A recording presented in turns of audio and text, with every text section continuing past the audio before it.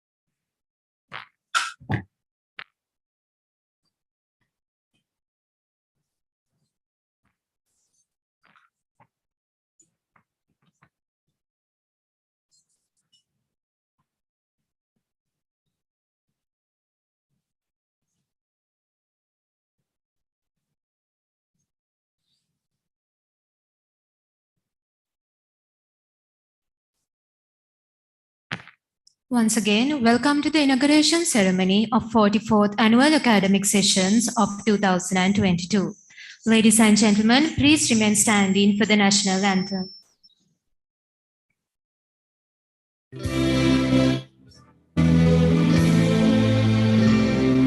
Sri Lanka Mata, Upper Sri Lanka, Namo Namo Namo Namo Mata,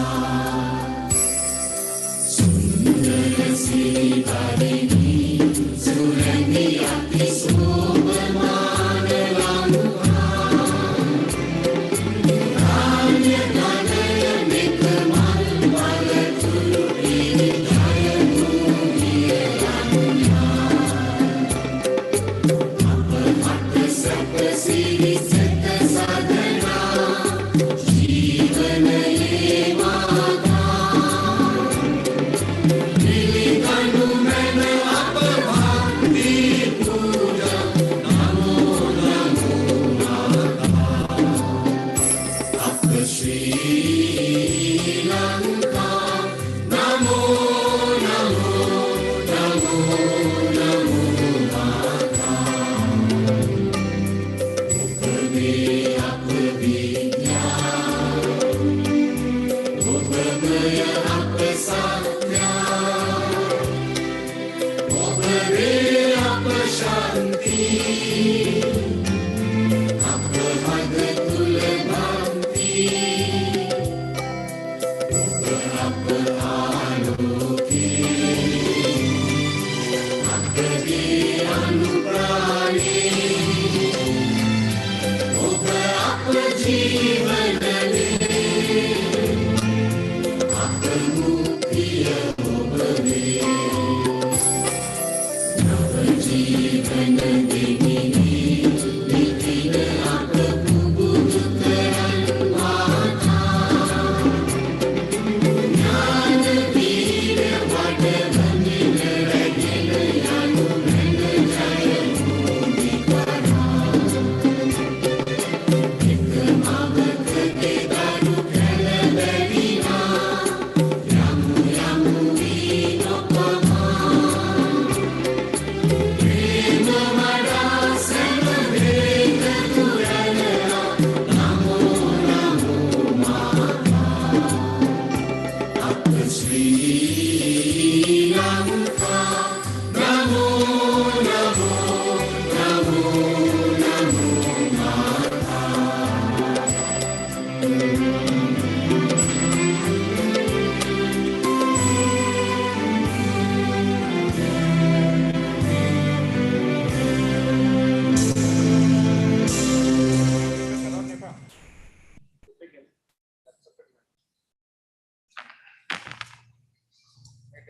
To start the proceedings of the inauguration ceremony, for the lighting of the traditional oil lamp, may I cordially invite Chief Guest for tonight, WHO Special Convoy for COVID-19 Preparedness in South Asian Region and Advisor to WHO Sri Lanka, Dr. Palita Bekon.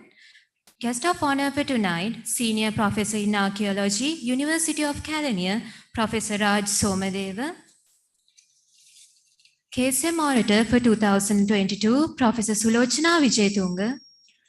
President of the Kandy Society of Medicine, Dean of Faculty of Dental Sciences, University of Peradeniya, Professor Manjula Atigala, Vice Chancellor of University of Peradeniya, Professor M.D. Lamavansa, representing all Deans of University of Peradeniya, Dean of Faculty of Medicine, Professor Vasanthi Pinto, Provincial Director of Health Sciences, Dr. Nihal Veerasurya, Director Teaching Hospital Peradeniya, Dr. Arjuna Tilakaratna, Director Sirmawa Bandaranayake Specialist Children's Hospital, Dr. Sarath Veerabandara, Deputy Director of National Hospital Kandy, Dr. Inoka Veerasinghe, Deputy Director of Dental Hospital Peradeniya, Dr. Niranji Vijayasinghe, representing past presidents of the Kandy Society of Medicine, Dr. Sarath Wattegama, and the immediate past president of the Kandy Society of Medicine, Dr. Dushantha Madagedara, and the joint secretaries of Kandy Society of Medicine, Dr. Arinda Dharmapala and Dr. Nandana Jayatilaka.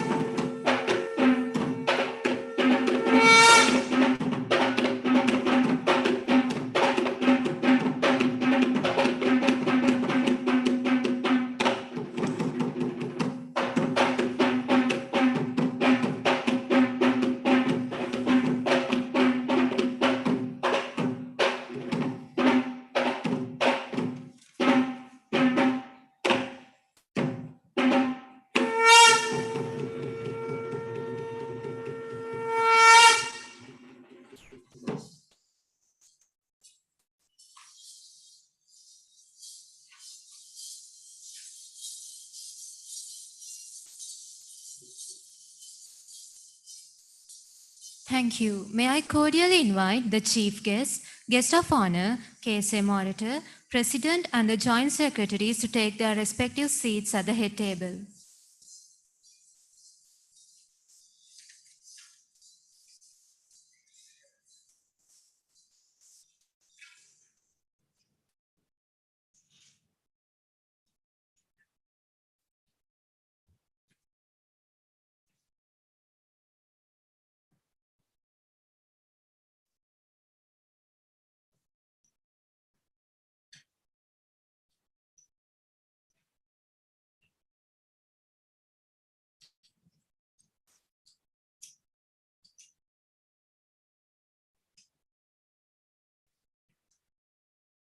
Ladies and gentlemen, to officially welcome you on behalf of the Kandy Society of Medicine, let me cordially invite the Joint Secretary of Kandy Society of Medicine, Dr. Nandana Jayatillaka.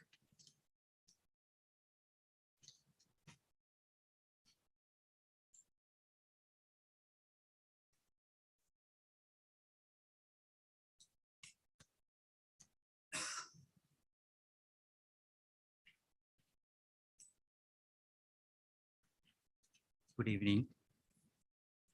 The chief guest, Dr. Palita Bekon, WHO Director General Special Envoy for COVID-19 Preparedness. Guest of honor, Professor Raj Samadeva, the Senior Professor in Archaeology. Professor Sulachana Vijayatunga, our orator today. Professor M.D. Lamavansa, Vice Chancellor of the University of Peradeniya. Professor Vasanthi Pinto, Dean, Faculty of Medicine, Deans of all other faculties, Deputy Director General, National Hospital Kandy, Director, Teaching Hospital Peradeniya, Sirma Bandaranaike Specialized Children Hospital, Provincial Director, Deputy Directors, Regional Directors, Past President, Chairperson, Judges, Resource Person, Members of the Council, distinguished invitees, ladies and gentlemen. Year 2021 and 22 were challenging year to the entire world, our country and the KSM in particular. The pandemic presented us with challenges and hardship that the world has never seen before. Kandy Society of Medicine was not spared, yet here we are today at the 44th annual academic session with all its glamour and pride, upholding the traditions of the oldest and most prestigious medical organization in the Hill Country. So I am privileged, and it's with my greatest pleasure I welcome you all to the inauguration of Kandy Society of Medicine Annual Academic Session 2022. Dr. Palita Bekon, dear sir, we warmly welcome you. It's indeed our privilege and the greatest honor we could receive to you, have your gracious presence today as our chief guest. You were instrumental in obtaining support from WHO to establish the Center for Combating Tobacco, and in recognition as the first country in the WHO Southeast Asia region to eliminate illicit trade in tobacco products. You have made it into history books, being the first medical student registered in the Faculty of Medicine, University of Peradeniya. Yet again, you are making history here in this occasion, and all of us present today feel proud and extremely privileged to bear witness to this moment. Guest of honor, Professor Raj Samadeva, Senior Professor in Archaeology and Consultant Field Archaeologist, Postgraduate Institute of Archaeology, University of Kelaniya. Member of the World Archaeological Congress. It's a pleasure, and we are honored to have you here with us. Professor Sulochana Vijayatunga, Professor in Pathology, Faculty of Medicine, University of Peradeniya, our orator today. You are warmly welcome, madam. Congratulations on your receiving this honor, and we are delighted to have you and your family with us. Professor M.D. Lamavansa, Vice Chancellor of the University of Peradeniya, Professor Vasanthi Pinto, Dean of the Faculty of Medicine, Deans of all the other faculties. It's a privilege to have your esteemed presence. Deputy Director General Hospital, Deputy Director General, National Hospital Kandy, Director Teaching Hospital Peradeniya and Sirima Bandaranaike Specialized Hospital, Provincial Director and Deputy Directors, Deputy Provincial Directors, Directors of other hospital. You have supported the KSM in its activities.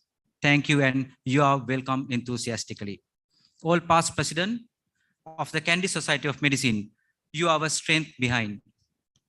Your presence and honor and encourage us to continue the good work. Chairpersons and judges, your guidance is much valued, and we are glad to have you here. The resource person, your contribution made the most for the success of the session, and we warmly welcome you.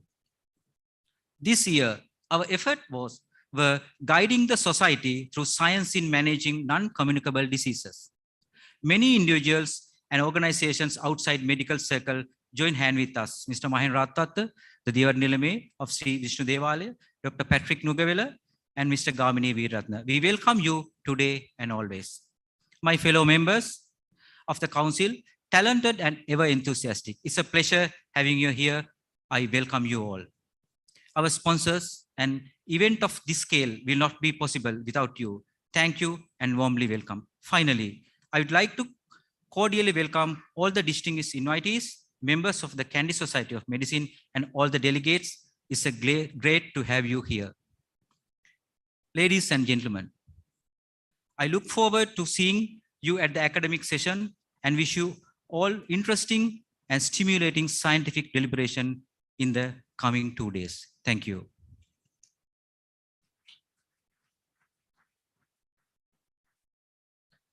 Thank you, sir.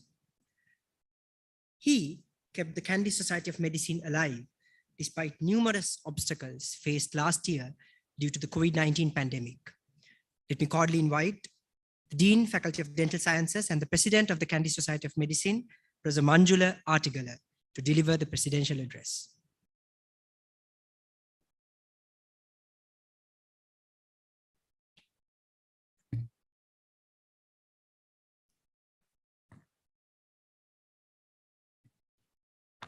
A very good evening to all of you.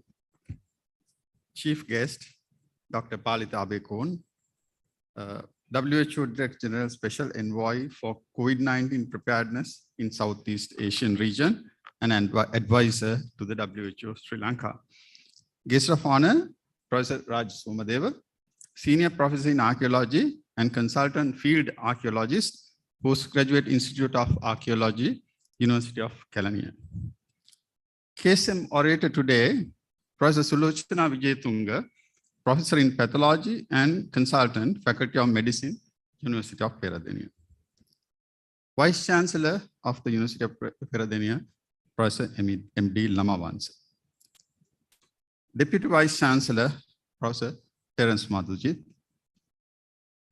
Dean of the Faculty of Medicine, Professor Vasanthi Pinto, and all other my fellow deans of University of Peradeniya, Provincial Director, Regional Director of Health Service, Directors of National Hospital Kandy, Teaching Hospital Peradeniya, Sirimava Bandaranaike Specialized Children's Hospital, all past presidents and deputy directors of all these hospitals, plus the dental teaching hospital Peradeniya, all past presidents of the Kandy Society of Medicine, academic council members and executive members of the Kandy Society of Medicine, academic members from medical faculty, University of Peradeniya, and the dental faculty, University of Peradeniya, all consultants, medical and dental officers from the Ministry of Health, and distinguished invitees. Ladies and gentlemen, as the president of the Kandy Society of Medicine, let me warmly welcome you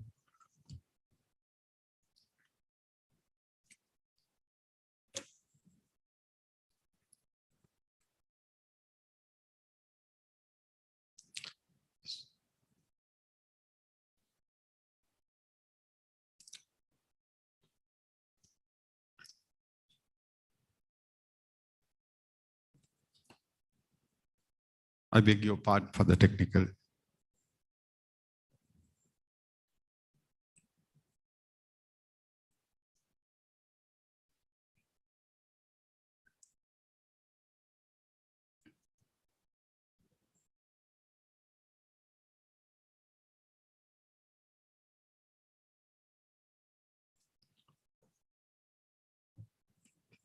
As the president of the Kandy Society of Medicine, let me warmly welcome you to the 44th annual academic sessions of KSM held at this beautiful heritage city of Kandy.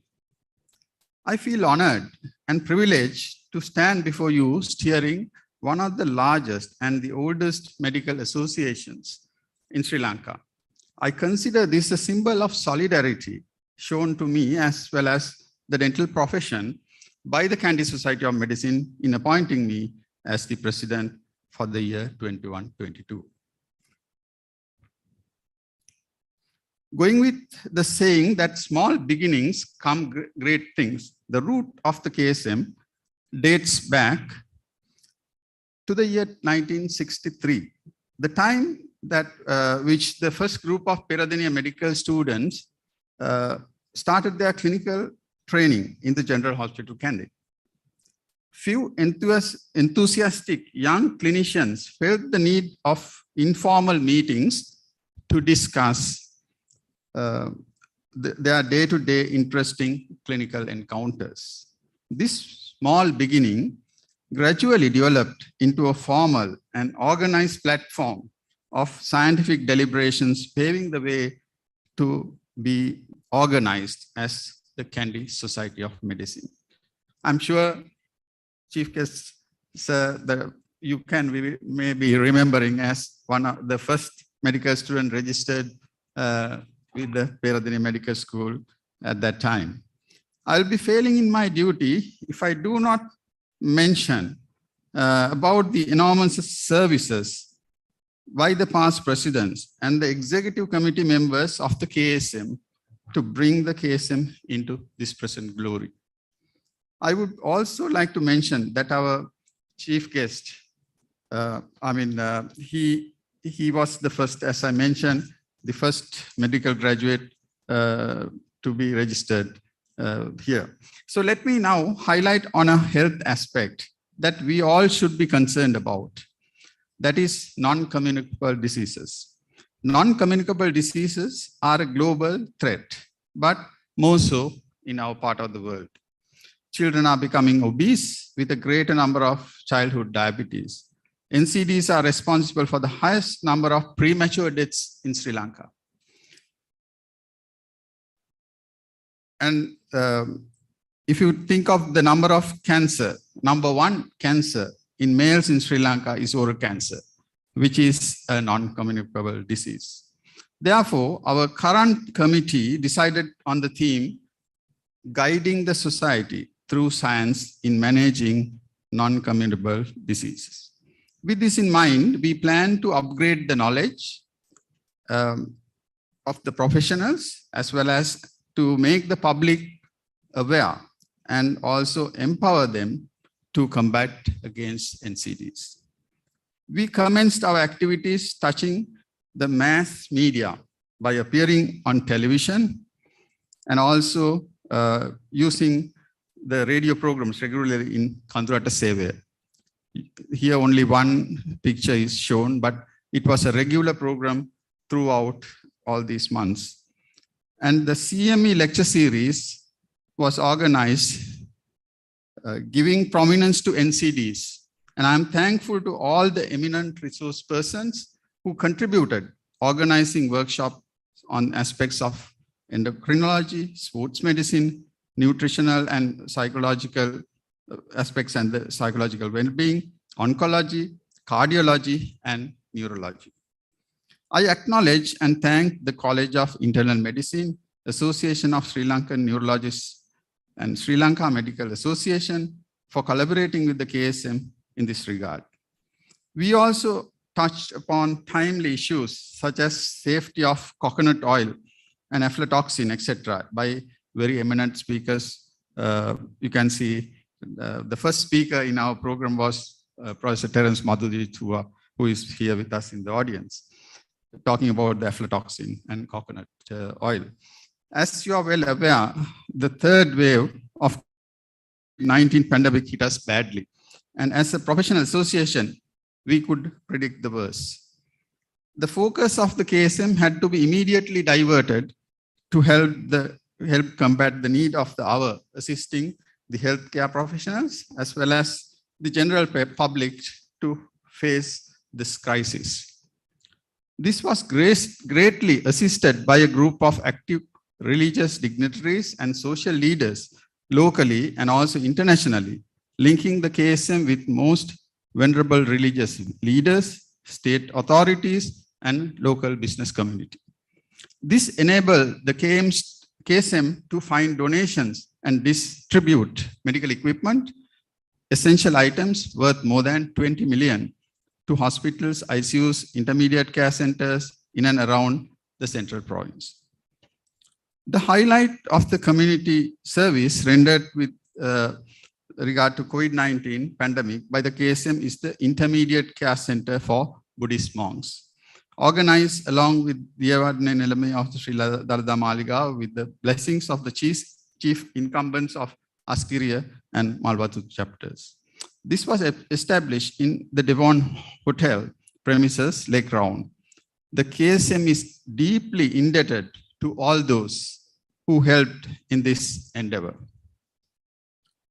Coming back to academic activities, an interesting and well-attended postgraduate lecture series was organized by the Department of Surgery, Faculty of Medicine, with the collaboration of the KSM and College of Surgeons of Sri Lanka, where several eminent consultant radiologists from Teaching Hospital Peradeniya were the resource persons. And also the foundation sessions was a great success with the participation of Professor M.D. Lamavansa, the Vice Chancellor of University of Peradeniya, as the chief guest. And this year, the KSM Health Research Prize winner was Professor I.B. Gaurammana from the Faculty of Medicine, University of Peradeniya.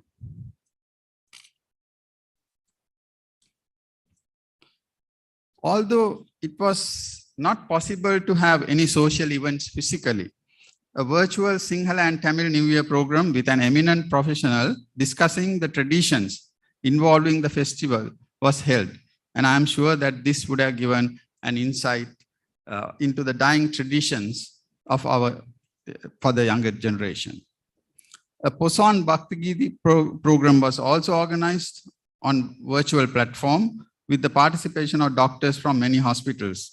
Only one group is shown here because of the time, etc. The Christmas Carol programs also conducted at Mahayava Elders Home was well attended and much appreciated by the elders. Now, the Pusan Bhaktagi, actually, we played those in certain hospitals as well as cancer home in Kandy. So you can see that some refreshments have been given, and then they were allowed to listen to the Pusan Bhaktagi. This is actually the pictures of Christmas carols, and they very much appreciated because they were afflicted with COVID and badly down mentally. So they, although we were reluctant to go there, they asked us to come, and we really enjoyed, and we were happy to make them happy as well. So I'm thankful to all these members who contributed for many activities year round. There was another aspect that we could socially or in a religious way help, that is the assistance offered by some of our members to make the Upasampada Utsavaya of Askiri and Mallavatu chapters a reality after long lag of 2 years. This is actually was having a great impact on temple, the existence and running of temples, and they were desperate. And our secretaries, Dr. Nandana and others, took the risk and helped them to conduct this. At this point, I would like to acknowledge the dedicated and tireless commitment by the committee of the KSM.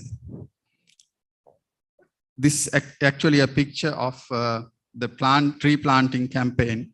Last year, Dr. Dushanta Madagada, the past president, took it in a big way, and we are also continuing with that. You can see that in the Knuckles range, there's still this program is going on. And so my sincere gratitude goes to each and everyone in the committee, as well as all others who supported all these activities of the KSM throughout this year. And with that, we have exciting array of scientific sessions coming in tomorrow and day after, covering many aspects. Scientific sessions comprise a line of plenary lectures, symposia, pre-congress workshops. We had very successful 3 pre-congress workshops today, well attended. Also there is an interesting medical debate coming in.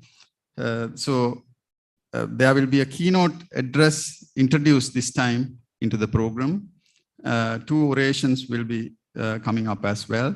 And I warmly invite you to take part in these sessions where eminent speakers from Sri Lanka and overseas will share their experiences. We always conduct a photographic exhibition as well, and you could have seen the many photographs displayed in the corridor. I think we have got very quality photographs, very competitive to assess, and it was a challenge, I think, for our member to organize and with the judges to assess that.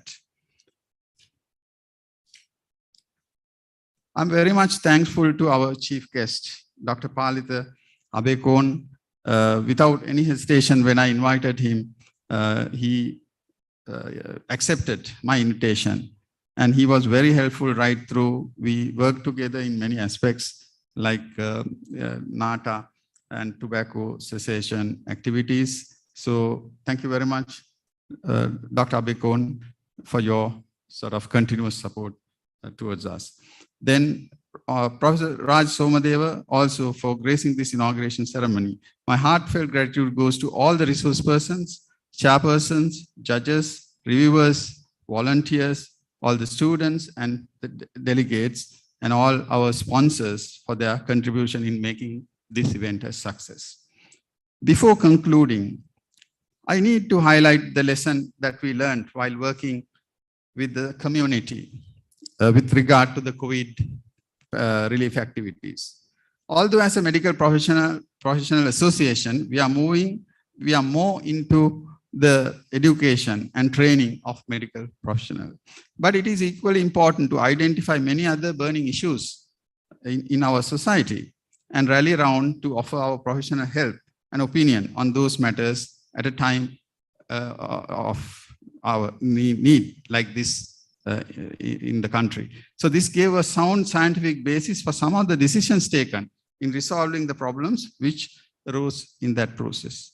And it was overwhelming to see the faith the public had on professional associations like the KSM when they are donating funds and equipment for our relief activities. So with that, finally, once again, I welcome you all and thank you very much for gracing this occasion as well as attending in numbers. And finally, the incoming president, I would like to wish him and the council all the very best and a very successful year ahead. Thank you very much.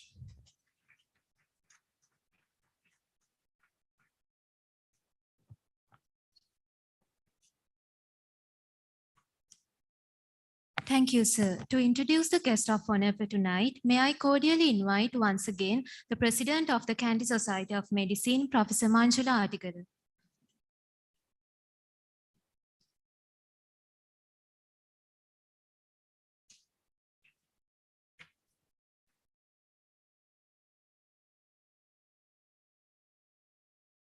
Professor Raj Samadeva Delgahavatta is a professor of archaeology at the Postgraduate Institute of Archaeology, University of Kelaniya. He received a degree in archaeology in 1986 and in 1994 earned his master's degree in same discipline, both from the University of Kelaniya.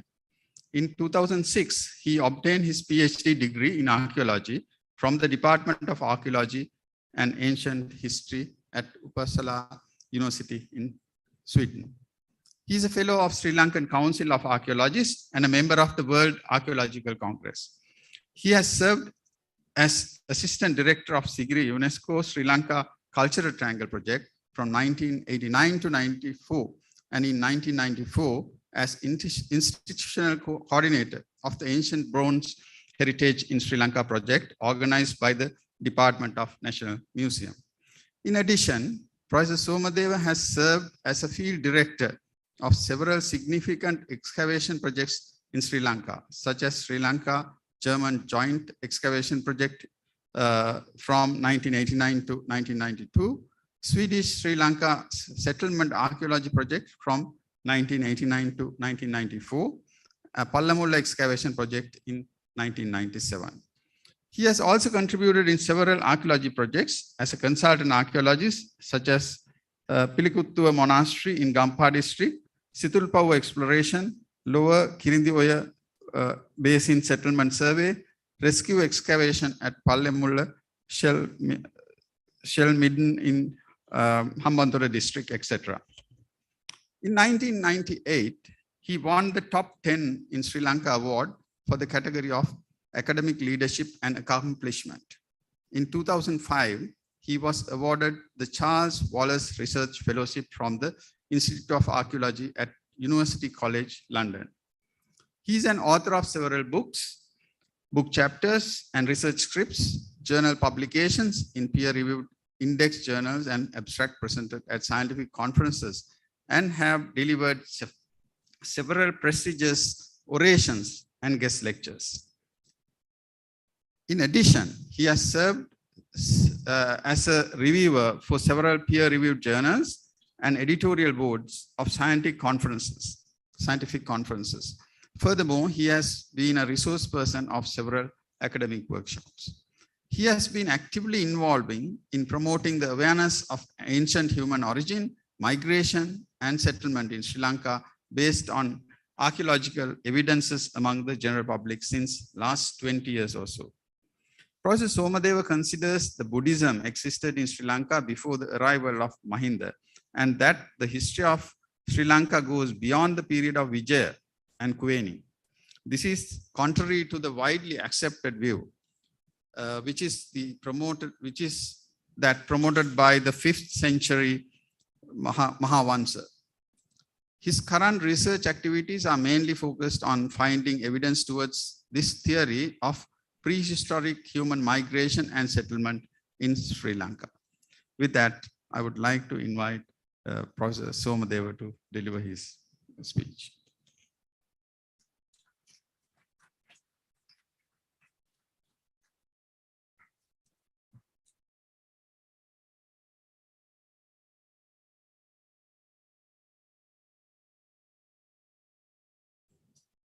Raj.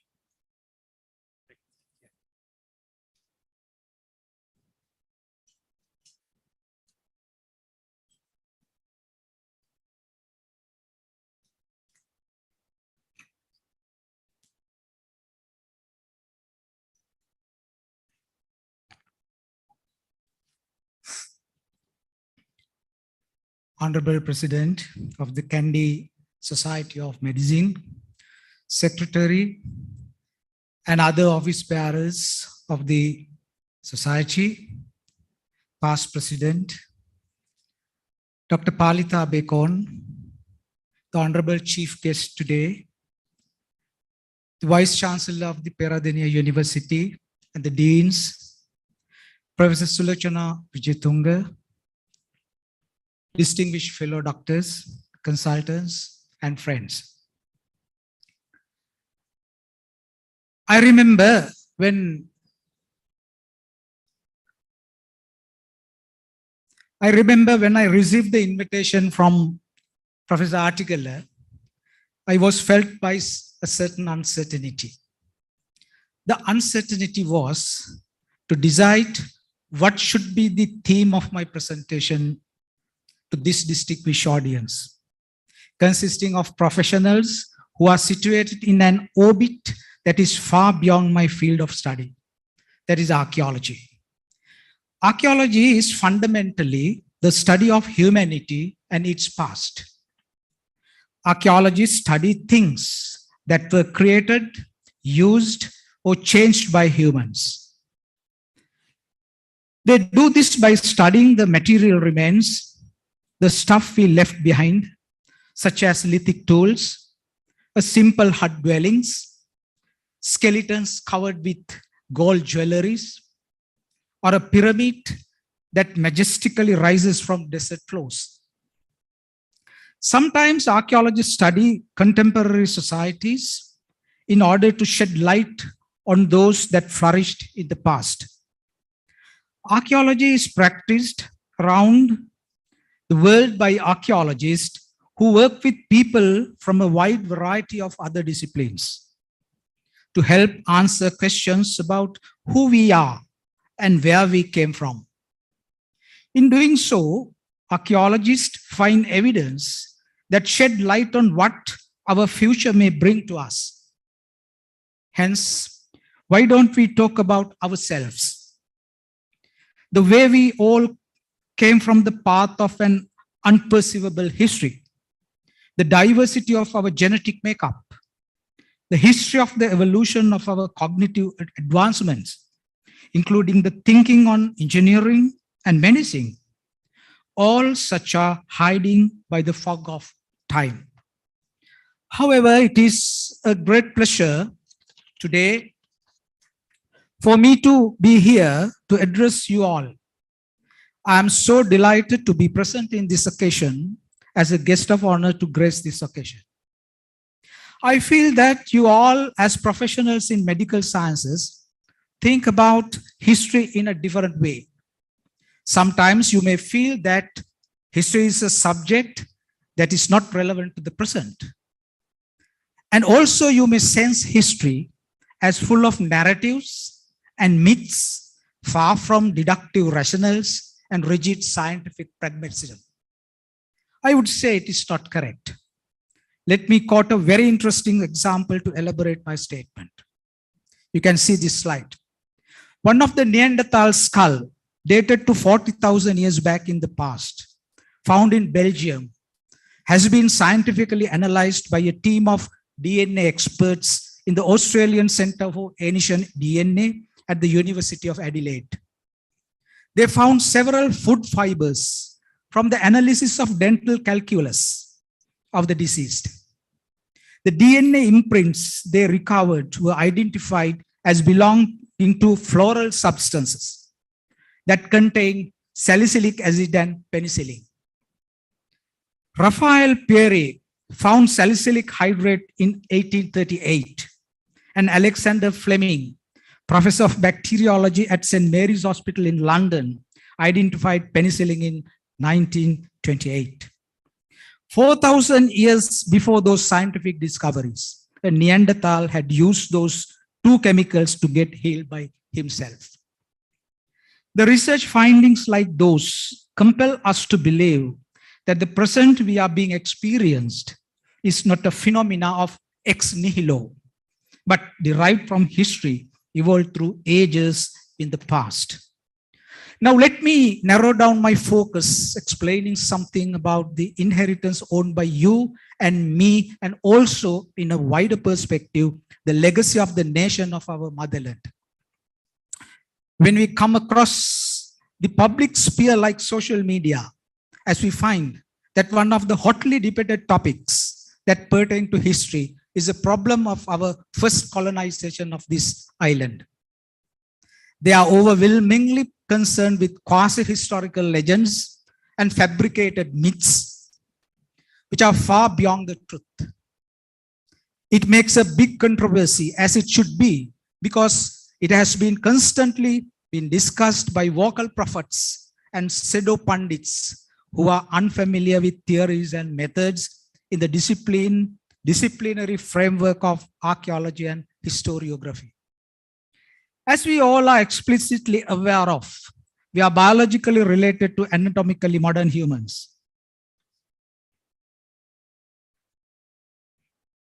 Anatomically modern humans are anthropologically known as archaic Homo sapiens.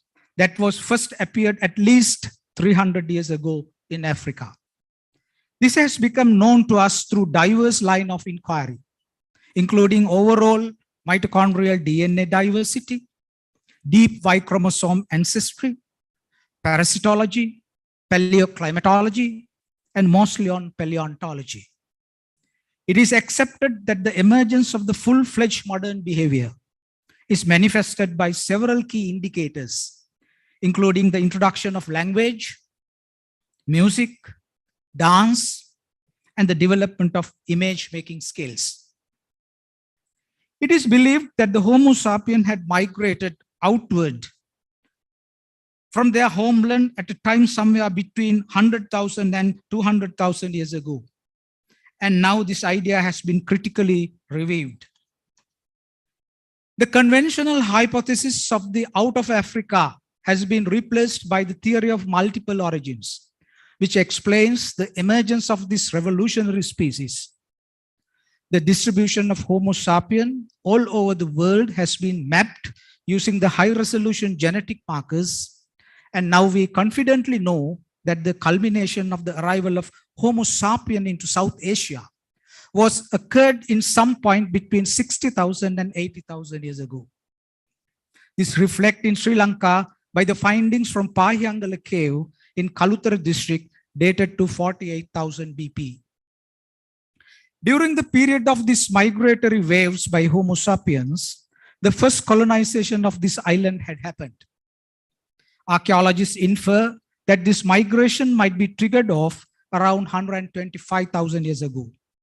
Some of the soil layers that contains early stone implements recovered from the maritime littoral districts in the Hambantota have been securely dated using scientific techniques that have a high range of radioactive half-life span, like the optically stimulated luminescence method.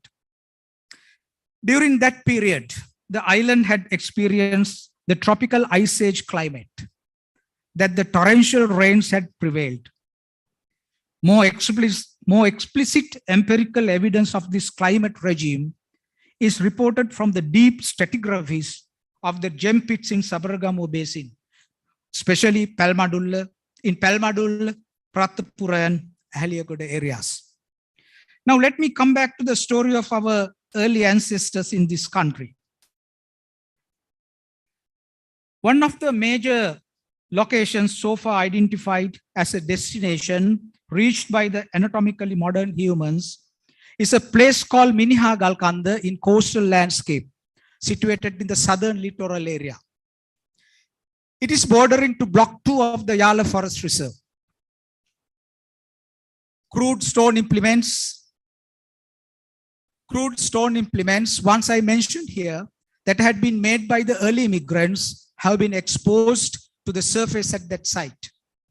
It was due to the erosion of the soil layers of the cliff-type terrain there. Soon after the arrival, this community migrated into the hinterland and dispersed all over the country. While crossing the diverse ecological zones, some of their food residues recovered suggests that they were being hunters and food gatherers. Indeed, they were itinerant hunter-gatherers and moved spatially from place to place for searching for food on a seasonal basis. We adequately know about their technology and their biology, but have less familiar knowledge with their language and thinking. One of the major locations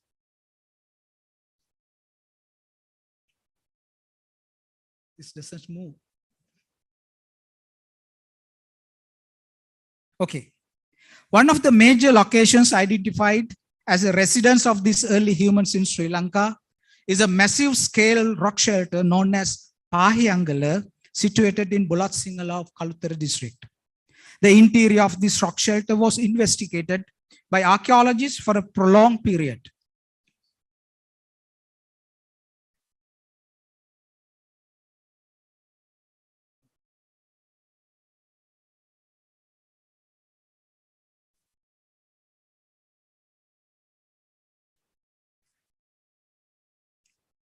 The soil layers at the deepest level of this rock shelter have been dated to 48,000 years back in history. A human skeleton was also reported from that level of the pit excavated.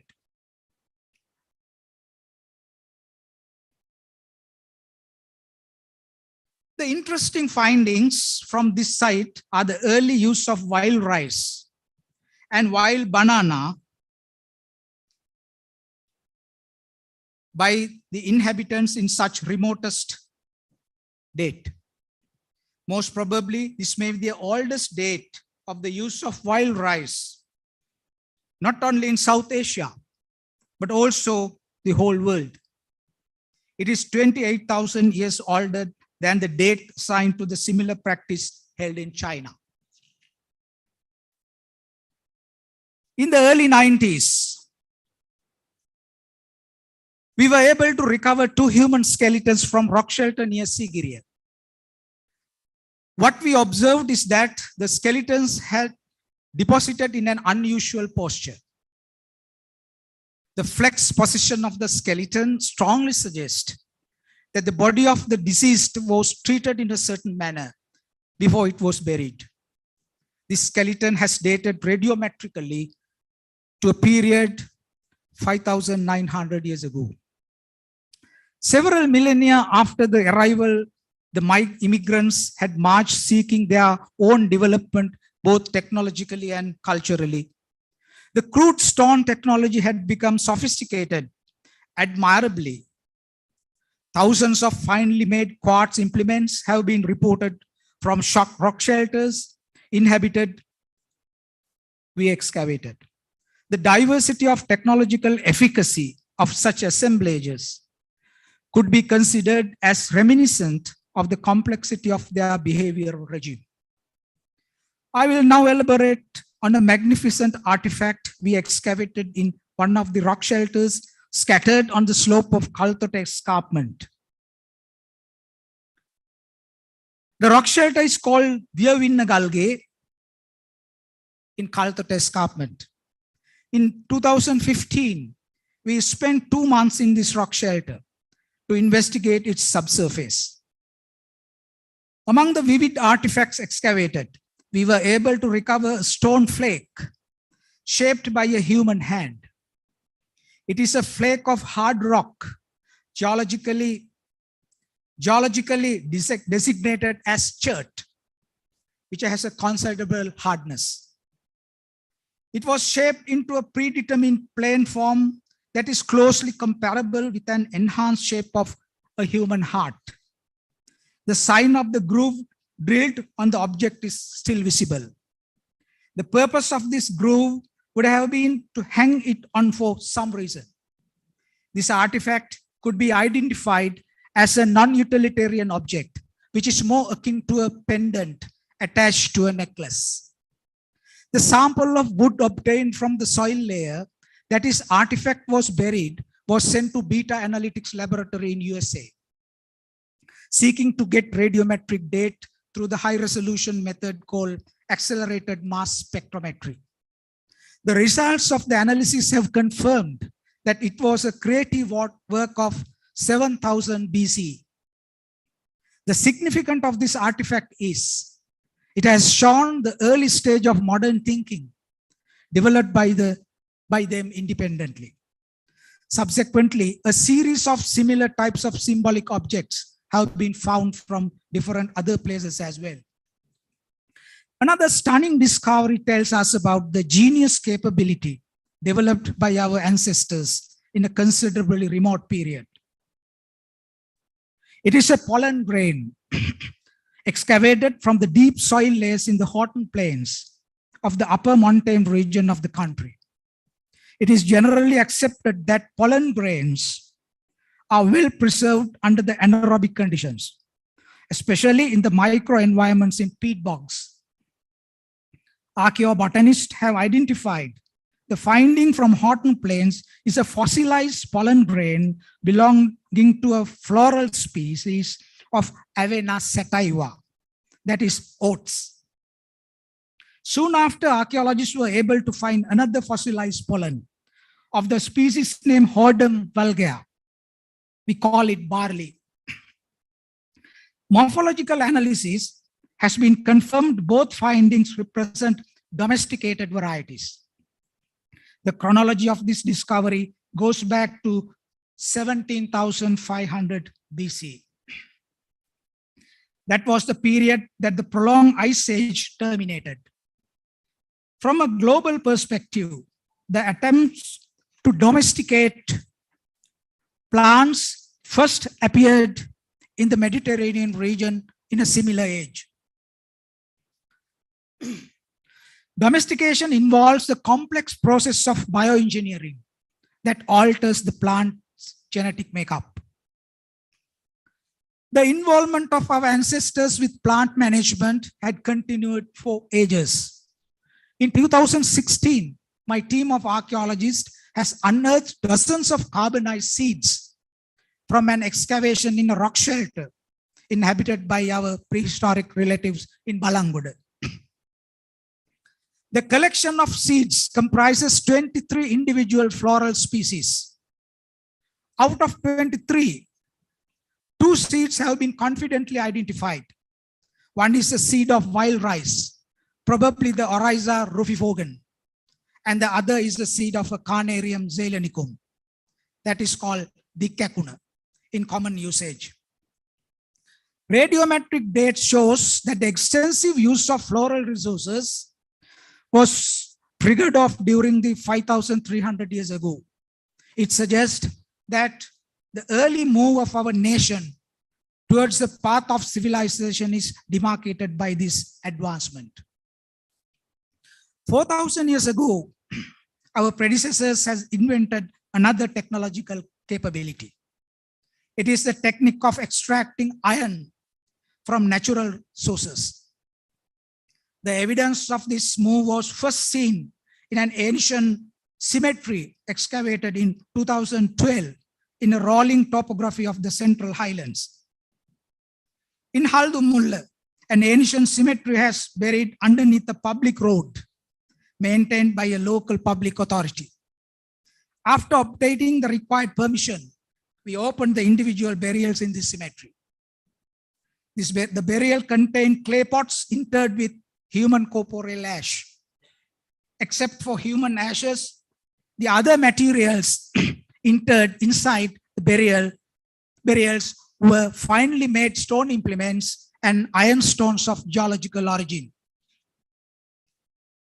Those iron stones are naturally available on the plateaus of the surrounding mountainous landscape in Haputale and Haldumul areas. The presence of iron-rich natural stones inside burial pots is a rather curious occurrence in archaeology, because it was the first experience in Sri Lanka of finding such a thing in a burial. Soon after the discovery, a couple of samples were sent to laboratory for contact analysis. The sample has undergone an X-ray fluorescence test, and it revealed that the sample contains 94% of iron and 6% of metallic impurities. The existence of several iron slugs in a burial chamber in Beragala has strongly confirmed the iron smelting practice by the community who use their cemetery. We know the melting point of iron is 1538 Celsius, and the construction of a furnace to maintain such a temperature for a prolonged period requires the technical expertise of high caliber and efficacy. What human history says is, if you have iron production technology, then you have arrived at the entrance of the civilization. One of the significant discoveries related to the ancient iron smelting, not only in Sri Lanka, but also in the whole South Asia, is reported from Samanalava in Belihuloy of the Sabaragamu province. Archaeologists revealed a series of iron smelting furnaces situated on the western margins of the hills and ridges of the central highlands, where they are exposed to the strong monsoon winds. Field trials using replica furnaces confirm that this furnace type uses a wind-based air supply principle that is capable of producing high carbon steel. This technology sustained a major industry in this area during the first millennium AD and may have contributed to South Asia's early preeminence in steel production. The culmination of this continuous cultural progress is reflected by Sri Lanka's engagement with the Indian Ocean Trade Network. It was during the mid-first millennium BC, that is at least 2,500 years ago. The Greeks knew about this island as the name of Palesimundu, a derivation from the Sanskrit word Parasamudra, which means the country situated far beyond the sea. Romans called it Teprobane, and it is derivation of the word Tambapanni. The name Serendip was designated by Arab traders after Sri Lanka's original name of Sinhala Dweepa.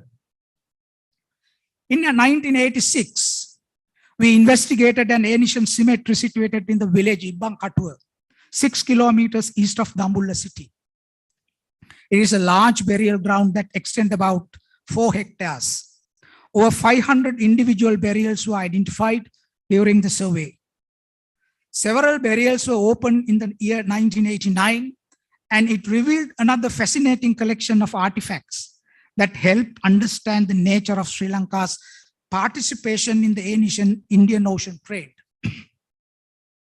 Ibanka cemetery was used for a quite long period of nearly 300 years.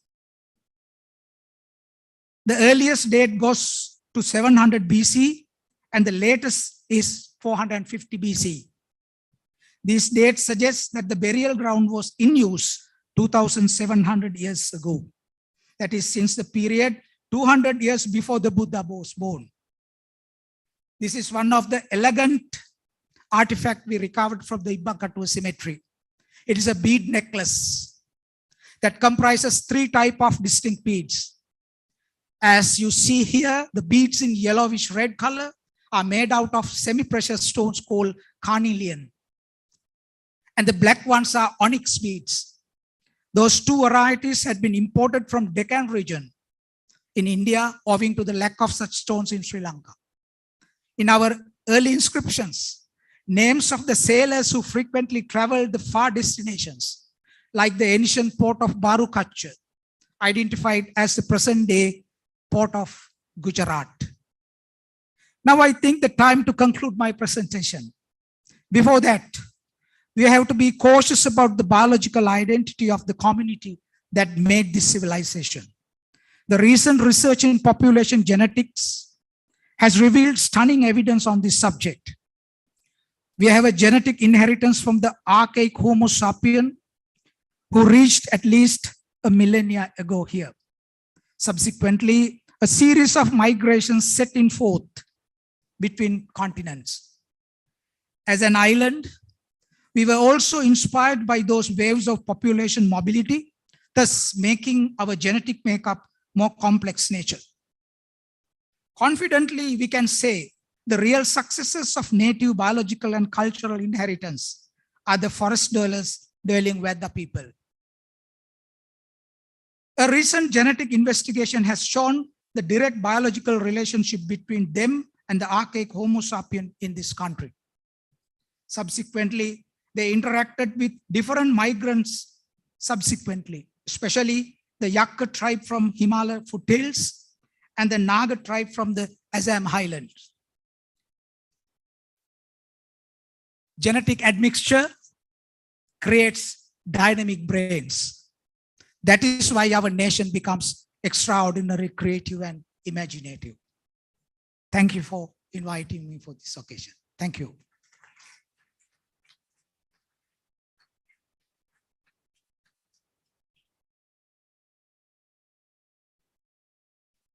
Thank you, sir.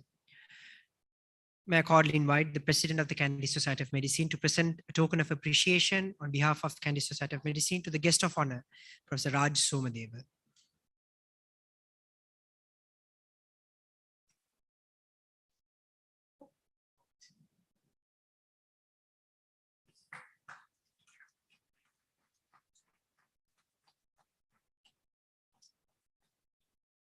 Thank you, sir. To introduce the chief guest for tonight, once again, the President of the Kandy Society of Medicine, Professor Manjula Artigala.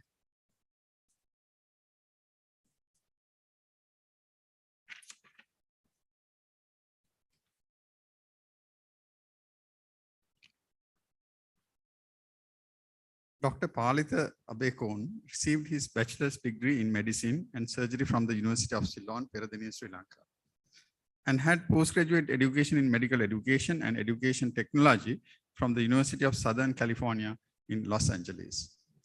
He was a Hakimi Fellow and Harvard School of Public Health in Boston, receiving the MPH, and at the Kennedy School of Government of Harvard on Health Policy.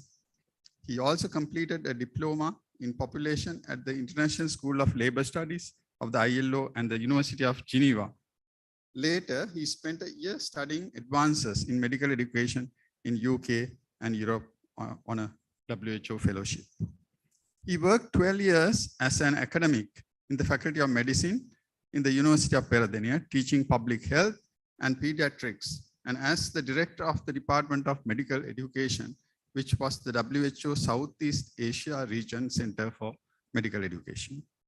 He was invited by the WHO in 1982 as the health manpower advisor to Nepal and later to Indonesia. He led the development of health personnel education systems in these countries, including the first ever school of medicine in Nepal and the Consortium of Health Sciences and the National Board of Medical Examinations in Indonesia. He also helped to set up 5 new schools of public health in the country. Later, as the WHO regional advisor in human resources for health for Southeast Asia in the WHO regional office in New Delhi, he inter alia set up the reorientation of medical education program in the SCA region as a follow-up of the Alma Ata PHC conference. Later, he was the director of health systems and led the WHO regional programs in PHC human resource development, immunization, and research. During this period, he organized the landmark public health conference that resulted in the new historic Calcutta Declaration on Public Health for Southeast Asia. Concurrently, he has served as the WHO representative to India. In relation to APACH from the mid-1980s onwards, Dr. Abekon was the WHO representative in the field fledgling APACH founding during the tenure of Dean Michel from Hawaii and Professor Debenham Munangpam from Mahidol University, Bangkok. In close association with fellow Sri Lankan, Professor Walter Patrick from the University of Hawaii, he facilitated the growth and development of the Apache into the active and widely representative organization to strengthen public health from Southeast Asia. Since 2003, he has been working as an advisor and consultant in health systems and public health policy with the Ministry of Health in Sri Lanka, with the WHO, World Bank, UNFPA in a number of countries in the Southeast Asian region. He was the team leader evaluating the polio programs in Thailand, Myanmar, and in India. Developed the public health education strategy for Myanmar, established the first public health university in the country under the WHO. He developed the blueprint for the Bhutan Institute of Medicine and developed their bachelor's degree program in public health. Since 2019, he has been supporting WHO and the Ministry of Health of India in a review of the public health education institutions to develop a network of centers of excellence in public health for universal health coverage programs. Dr. Abekon has had numerous responsibilities in Sri Lanka. He chaired the National Authority on Tobacco and Alcohol. The World Bank supported the primary healthcare development project of the Ministry of Health. He is a member of a National Medicines Authority of Sri Lanka and an honorable advisor to the honorary advisor to the Ministry of Health. He was the president, Sri Lanka Medical Association and the AIDS Foundation in Sri Lanka. As the vice chair, country coordinating mechanism of the Global Fund, and is a member of the National Advisory Committee of Communicable Diseases. Dr. Abekon has received fellowships from the College of Community Physicians of Sri Lanka, College of Medical Educations, the College of General Practitioners, the College of Medical Administrators of Sri Lanka as well. He was awarded the Dr. Fred Katz Award of Australian and New Zealand Association of Medical Education for outstanding services in medical education in developing countries. He was awarded the Lifetime Award for contribution to public health by the Southeast Asia Public Health Education Networks, SC Fund. At the regional and global levels, he currently serves as a member of the advisory committee of the WHO Global Learning Academy, member of the Research Advisory Committee of the Regional Director, serves as the WHO International Health Regulations Panel, and as a member of the Academic Committee of the Public Health Foundation of India. He was a member of the World Federation of Medical Education Task Force to determine international standards in medical education, and is a founder member and advisor to the Southeast Asia Public Health Institutions Network. He has numerous publications, including journal articles and chapters in books in public health and medical education. More recently, he co-authored editor. He was the co-editor of the second volume of History of Medicine in Sri Lanka. With that, I would like to invite our chief guest, Dr. Palita Abekon, to deliver his lecture.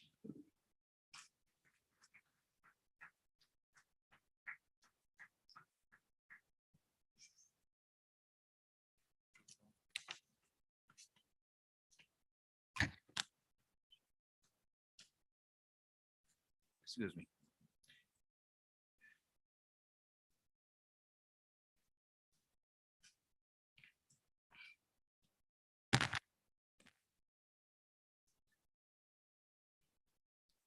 Professor Manjula Artigala, President of the KSM,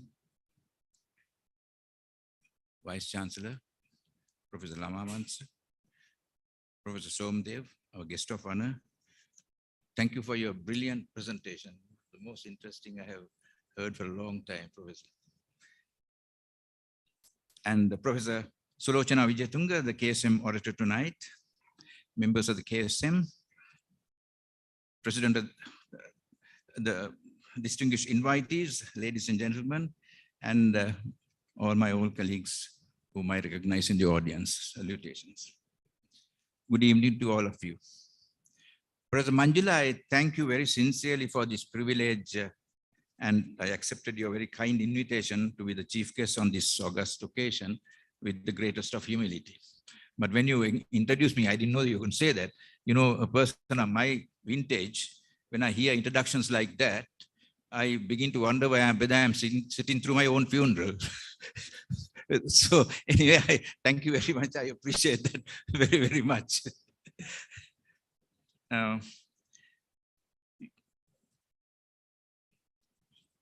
Annual sessions of a professional association provide us the occasion to bring the best of science and technology in the respective fields to the membership and the fellow professionals and the community. It is also an occasion to honor and celebrate the contributions and the impact of the members that they have made to the community. I cannot envisage any special claim or reason why you chose me to be the chief guest tonight, but I do have one or two reasons to feel quite at home and quite relaxed here. First and foremost, this is home. And although I stay in Colombo these days, I feel like an imposter out there. This is home. So that is good enough reason, I suppose. Secondly, I feel very privileged, as you mentioned, because I happen to be, and I recognize my close friend, Professor Channa Ratnatunga there, who is a legend in this part of the country. And this is relevant to, what I'm saying is relevant to Professor Channa because we were buddies, we were in the same batch. I feel privileged because I happen to be sitting in the audience in the Physiology Theatre at the faculty when the KSM was founded in 1964. I think only Channa and maybe Dr. Somasiri here can lay claim to that. And I remember Professor Watson was the first president. He was professor of physiology. And if I'm not mistaken, I think I'm right, Professor Varagunam, or Dr. Varagunam at the time, Kolita Karunaratna, physician, and Mr. Rudy Rasaratnam, who was a lecturer in surgery, were the founder joint secretaries. And Professor Manjul, if my memory doesn't fail me, I think your founding dean, Professor S.B. Sanayaka, was one of the founding members of the KSM at that time. Dr. Joel Fernando, who has been to KSM ceremonies before, and I were the founder, president, and the secretary of the Medical Students Association of Peradeniya. And Professor Channa Ratnatunga was the honorary treasurer of our association. We all founders of the Medical Students Association of Peradeniya. And he might recall, during those days, we were regularly invited for dinner at Queen's Hotel, where Dr. Kolit Karunaratna and Rasaratnam were living, and Professor Varagunam, who was of course living outside, joined most of these dinners. They invited groups of students every week, and we benefited great to these meetings. We benefited greatly, and it was a great learning experience, and also imbibed the professional culture and values of the time. And of course, end up with a good dinner. In return, they expected us to get all the students who were in the faculty to attend the KSM talks. Therefore, our main task was to corral all the students in the halls to the Fish Theatre at 7 o'clock in the evening.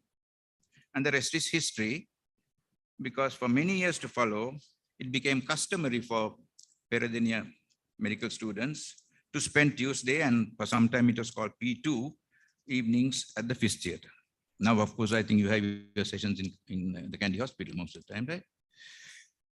Now, nearly 60 years later now, in retrospect, I like to feel that what those pioneers were attempting to do with us was to use the KSM as one of the instruments or a vehicle to develop a unique Peradeniya brand and a distinct Kandy Peradeniya identity. To have continuing education, now we say CPD most of the time, as a feature of life here. And I think I can say without any fear of contradiction that to a large extent, they have achieved this unique identity among the health professional associations in this country. One story I recall very well, much later this is, when Dr. Somasiri was the Please excuse me, mine is going to be a very mundane talk. I'm going to just ramble on. You'll excuse me with that, for that. When Dr. Somesiri was the president of the KSM, I think it was 2004 and 2005. I believe that is correct. He and I were in the KSM office room in the Kandy hospital. It was December 2004, to be sure, Boxing Day, as they say. Sunday morning, from early morning, he picked me up and we went to the KSM office there. And we were very peacefully assessing the abstracts for that year's KSM annual sessions. We were totally oblivious. There is no noise. We didn't have phones in the place. Oblivious to the fact that while we were inside, the dreadful tsunami had come and struck the shores of Sri Lanka. And we learned about the event only when we came out much later after lunch.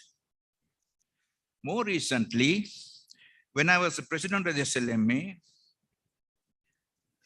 I happened to be I think Nimas Sinnaik was the first president from Kandy. I was second, actually. I was very keen to make sure that we conduct our foundation sessions of the SLMA in Kandy in partnership with the KSM. Dr. Gamini Edirisinghe was the president of the KSM that year, and he was most helpful.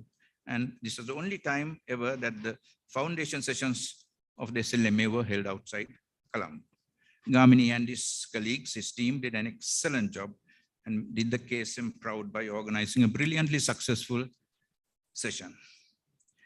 Ladies and gentlemen, the COVID pandemic we experiencing, and from which a lot of us believe we are beginning to emerge, is what historians often refer to as an inflection point, or a single event that has a dramatic and sweeping effect on the human race. It has changed the way we work, changed the way we learn, it has changed the way we live, the way we interact with one another, and raised awareness about health policy in general. Interestingly, you will recall, it also helped to topple a powerful president of America and a few prime ministers and even some ministers of health around the world. In medicine, it resulted in a giant leap in diagnostics and vaccine technology. My point here is that the pandemic has highlighted the cardinal importance of good science and sound healthcare policy in disease control. It touched the core of our health mission. Now, Sri Lanka and the entire world are feeling exhausted with the COVID pandemic and want to put the COVID behind them. But we still worry about our unvaccinated children, our elderly family members, and our own risks of contracting long COVID. The COVID-19 fatigue and impatience have led some to throw caution to the wind. So we now have many who are back to the old risky behaviors. Mask mandate is optional, no social distancing, dining in crowded restaurants is routine, and attending crowded events, musical shows are commonplace, and some are even resisting vaccines. The vaccine story is quite interesting. This morning I was talking to my colleague in the WHO. Now we have a WHO, by consensus of the countries, have set up two benchmarks. One is to achieve 40% vaccination coverage around the world by December 2021, and to reach 70% vaccination coverage of the total population by June. Now, most countries have not achieved the December cutoff. In the Southeast Asia region where I do some work, we have 4 countries which did: Bhutan, Maldives, Sri Lanka, and Thailand. Now, the 70% coverage is due in June, but Sri Lanka, although we reached the first one, we are short of the second one. We are now about 63% of the total population. Now, I'm sure people like Dr. Veera Surya here will say, when you vaccinate the children, we'll reach the 70%. But then we are causing a little lacuna there, because the elderly, the ones who got the first dose, now have not, all of them have not got the second dose also. And now we find, and you know this better than I, there is a certain amount of vaccine hesitancy. And it is a little difficult to comprehend, because Sri Lanka has been globally recognized as one of the most vaccine compliant countries in the world. We have achieved in the other vaccines, we have achieved almost 95+% coverage. And suddenly we have this coming, which is a phenomenon which of course we observed in Western countries where this freak groups, what you call marginalized or small groups, slowly became mainstream groups, and that you see in America now. Now Sri Lanka, to get to this, I think we will have to use some ingenuity, maybe use some knowledge of our science and technology to make sure that we do not fall too short. Now, it is, I think, imperative that we emerge from the COVID-19 pandemic, the tunnel that we are in, with a strengthened public health system. For example, can we develop a good first-class surveillance system and a strong institution for disease control, maybe modeled on the CDC Atlanta? Can we, for example, establish a first-grade school of public health, one that will have an international reputation?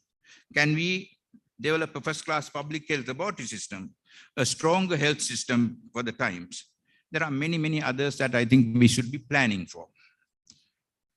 Having said that, I also have a minor role as a WHO, as was mentioned by the President, WHO Director General Special on Envoy for COVID-19. It's a very small thing I do. I'm just like a mouthpiece and broadcasting messages from the WHO. But nevertheless, I have information from the region very regularly, and I'm reasonably up to date with what's going on in the region and in the world. I can say in short, very confidently, that relative to most other countries in the region or in the world, Sri Lanka handled the pandemic quite successfully. And Sri Lanka is overall rated very high in this league table. No doubt, every country made some errors on the way, errors in judgment, errors in planning and implementation. But that we are saying in retrospect. Sri Lanka also used many innovations to deliver services during the height of the COVID pandemic. And some of these will stand in good stead for the future. And some of these are being now taken up by some of the other countries. So which is a good thing, which is a lot of credit to Sri Lanka. Health professionals like all of you here, you have endangered your own health and your lives to serve the patients and the community, and are the real heroes who emerged from this pandemic. No doubt, you know very well that the nation is indebted to all of you. Now, one of the adverse, I'm coming to the topic of your annual sessions, President Manjula. One of the adverse side effects of the pandemic has been that the management of NCDs, and certainly other services too, got very adversely affected and will need to be revitalized. Reducing the rapidly rising burden of non-communicable diseases in Sri Lanka is a national imperative. An estimated 80% of the deaths, you know, are due to NCDs, with cardiovascular diseases accounting for 1/3 of these NCD deaths. Every year, about 120,000 people in Sri Lanka die from NCDs prematurely, as you very rightly mentioned. Therefore, your theme for this year, Guiding Society Through Science in Managing NCDs, is extremely relevant, timely, and is very appropriately worded.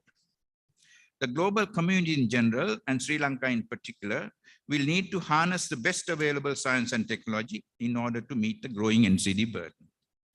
You will need to guide the community to improve their health literacy and to adopt the proven measures in NCD control. For example, 4 simple and low-cost behaviors: avoiding tobacco, refraining from or at least reducing intake of alcohol, adopting a healthy lifestyle, and good nutrition will reduce the risk of NCDs significantly. And I think, Professor Manjula, I think this is as good an occasion as any to publicly place on record my appreciation for the tremendous amount of work and support you gave me when I was the chairman of the NATA for setting up founding our smokeless tobacco program, which I think was one of the most successful programs that we had during this time. And I don't want to mention names, they were all your colleagues. And the only person I like to mention is who's not here, Professor Tilakaratne, who's I believe now in Malaysia, who was actually the founder and the chief mover of that program. I hope you will continue to lend your support to the program even afterwards, to the current management. At the end of the day, it is really a recurring question that we ask: how do we get science and technology into policy and practice? That's the question that we face. Costs of care, healthcare continue to escalate exponentially, that we know very well, due to rising NCD burden predominantly, due to increased numbers of heart attacks, strokes, and other NCDs which require advanced treatment in hospitals.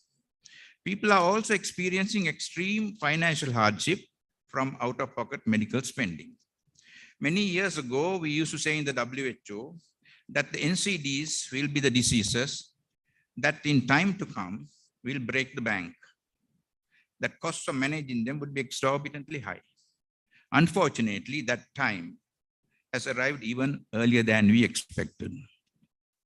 We can already see that tough choices have to be made on a daily basis between treating a smaller number of sick versus preventing future ill health in far larger numbers.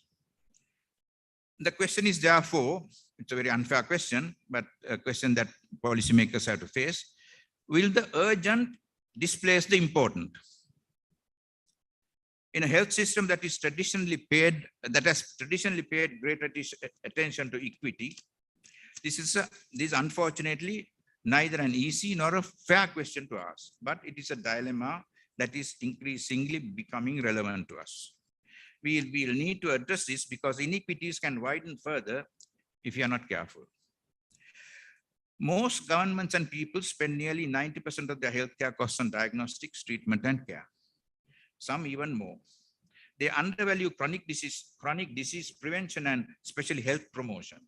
This can prevent us from acting in our own best long-term interests. An emotive health scenario, such as a child needing an organ transplant, captures public attention and galvanizes funding. It should deservedly be so. It has to be so. But at the same time, there is less applause for lives extended through healthy behaviors.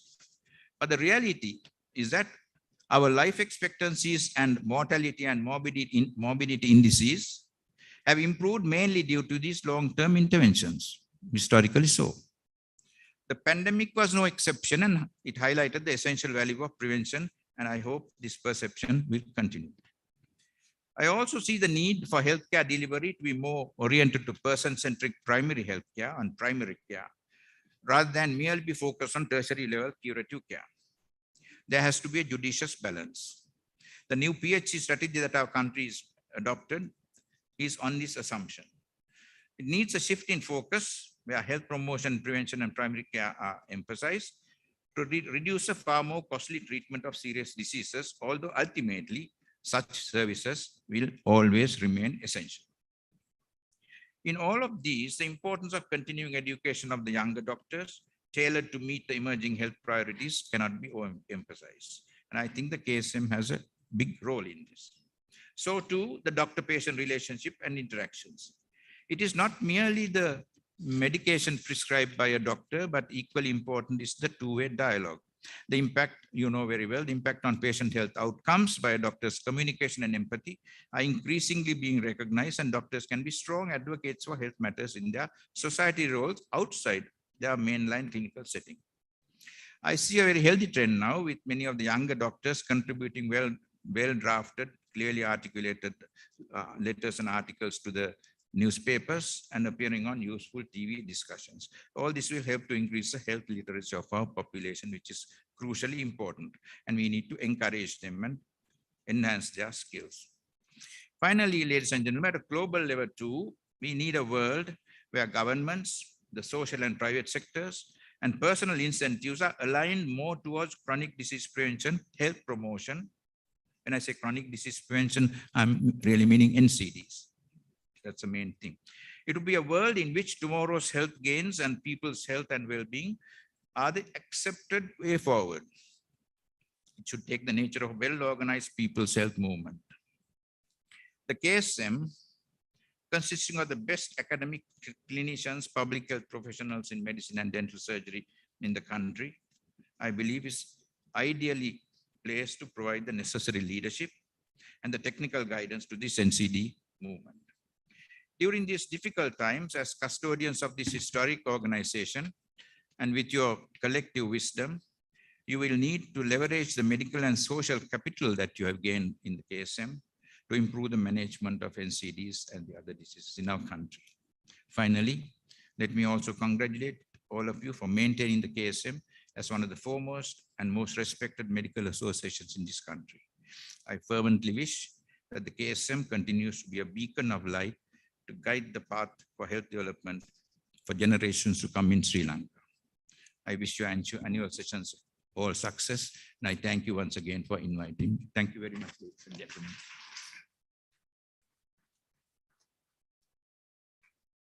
Thank you, sir. Let me cordially invite the President of the Kandy Society of Medicine to present our chief guest tonight, Dr. Palita Bekon, with a token of appreciation on behalf of the Kandy Society of Medicine.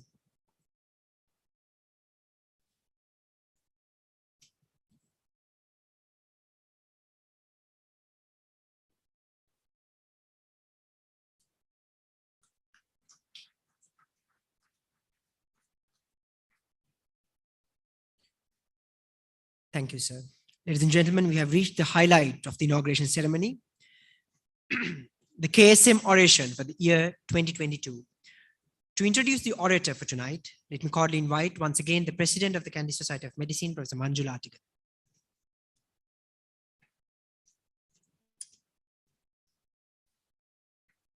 Thank you, Nitma. It is with great pleasure that I introduce the orator today, Professor Sulochana Vijayatunga, MBBS, DPath, MD in Histopathology, Senior Lecturer at the Department of Pathology, Faculty of Medicine, University of Peradeniya, and an Honorary Consultant Histopathologist at the Teaching Hospital, Peradeniya. Professor Sulochana Vijayatunga received her school education from St. Mary's Convent, Mathura, and St. Paul's Girls' School, Milagiri. She graduated from Colombo Medical College with honors in 1997. Subsequently, she joined the Department of Pathology, the University of Peradeniya in 2003. Upon completion of MD in histopathology, she became a board-certified histopathologist in 2008. Professor Vijayatunga has received specialized training in gastrointestinal pathology at the University of Southern California, USA. She is also specialized in lymphoma pathology after training as a Commonwealth Fellow from Royal Marsden NHS Trust UK. She received specialized in-service local training in renal pathology at the University of Peradeniya from Professor N. Ratnatunga. Currently, she runs a national level referral service for gastrointestinal pathology, lymphoma pathology, and immunohistochemistry. And together with Professor Ratnatunga, she also runs a national level renal pathology service. She also serves in the expert panel of gastrointestinal and hepatobiliary pathology, lymphomas, neuropathology in the College of Pathologists. Her main research interests are in the field of gastrointestinal pathology, gastroesophageal reflux disease in particular. She has also conducted research in renal pathology with the nephrology team in National Hospital, Kandy. She and her team authored 2 publications describing the pathology of endemic chronic kidney disease of unknown etiology in Sri Lanka. She has won many research grants, including the National Science Foundation Competitive Research Grant in 2015. She has received 3 presidential awards for outstanding publications from 2010 to 2012. During her career, she has 30 publications in peer-reviewed journals and over 80 conference proceedings. Professor Vijayatunga is the current head of the Department of Pathology, Faculty of Medicine, University of Peradeniya, and head of the laboratory of the Teaching Hospital, Peradeniya. In addition, she is a visiting lecturer to the Faculty of Allied Health Sciences, University of Peradeniya, Faculty of Medicine, Eastern University, and PJM Colombo. As a senior lecturer in pathology, she has won the Best Teacher Award for paraclinical teaching in the Faculty of Medicine in 2018. She has trained many postgraduate trainees in histopathology since 2010 and had been an examiner in MD Part 1 and Part 2 histopathology, MD in oral pathology, and MS Part 1 in general surgery examinations. She also has supervised 1 PhD student and 3 MPhil students. She is married to Professor Janaka Vijayatunga, who is a senior lecturer at the Civil Engineering Department of the University of Peradeniya. She has one sister and one brother and one niece and many nephews. I wish to congratulate Dr. Wijetunga on behalf of the KSM and its council for receiving this honor. And I would now like to invite Professor Sulochana Wijetunga to accept the medal and the certificate of KSM oration and to deliver her oration on controversies of the gastroesophageal junction and cardia and the role of gastroesophageal reflux disease. Thank you.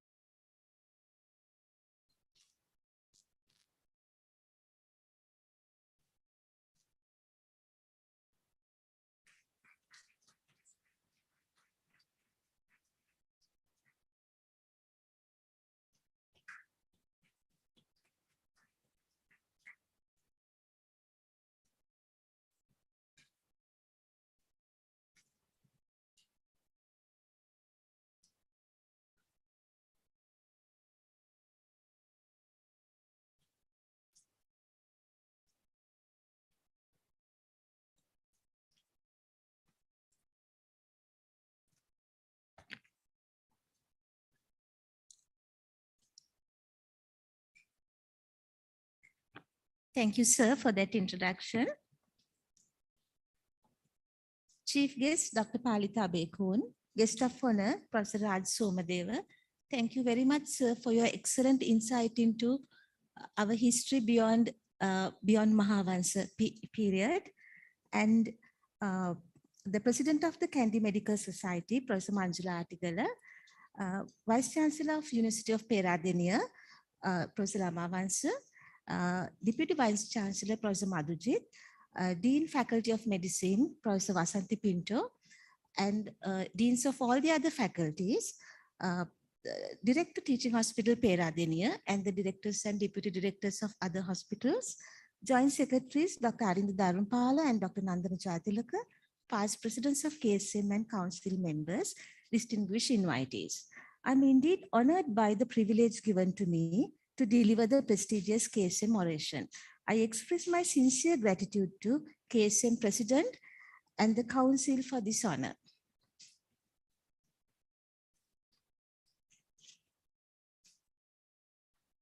My oration is on controversies of the gastroesophageal junction and gastric cardia and the role of gastroesophageal reflux in it. This is dedicated to all my teachers, past and present. Now, although seemingly a simple structure of the junction between the stomach and the esophagus, gastroesophageal junction and cardia are two of the most enigmatic regions of the body.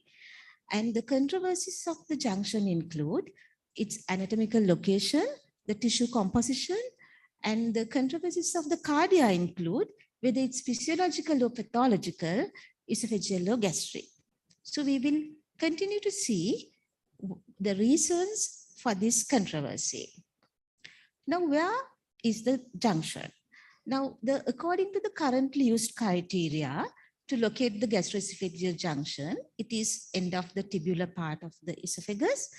And then the Z line, that is the squamous columnar junction, also indicate the junction. And also the proximal ends of the gastric rugal folds.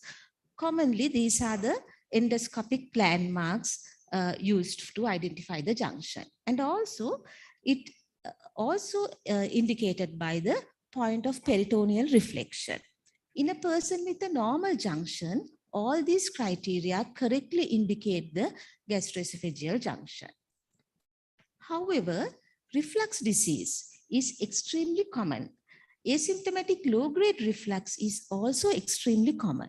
So therefore, reflux-related changes are extremely common in the junctional region. Hence, there is no clear understanding of what is normal and what is abnormal in this region, creating this controversy.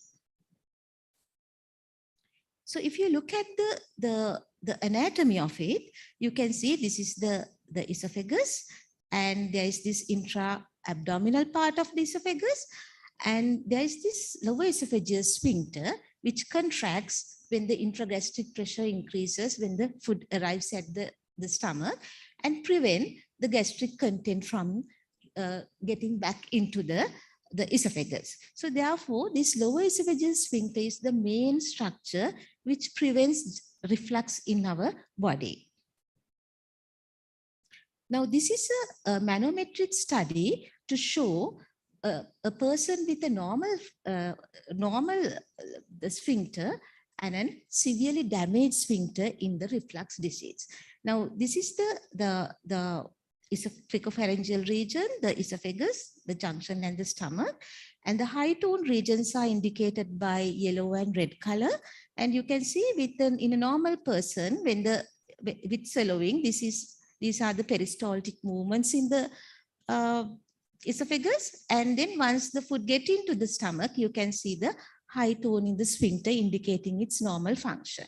Whereas this is a severely damaged lower esophageal the sphincter, where you can see hardly no tone there. And this sort of a person usually suffers from severe bouts of reflux and perhaps may even have a hiatus hernia. Now, what is the significance of correct identification of the junction and the cardia? Now, the adenocarcinoma in the lower esophagus, junction, and the cardia are rising in the Western world in dramatic proportions, while in the South Asian region also, although they are not as high as in the West, we are also experiencing the early stages of the increase.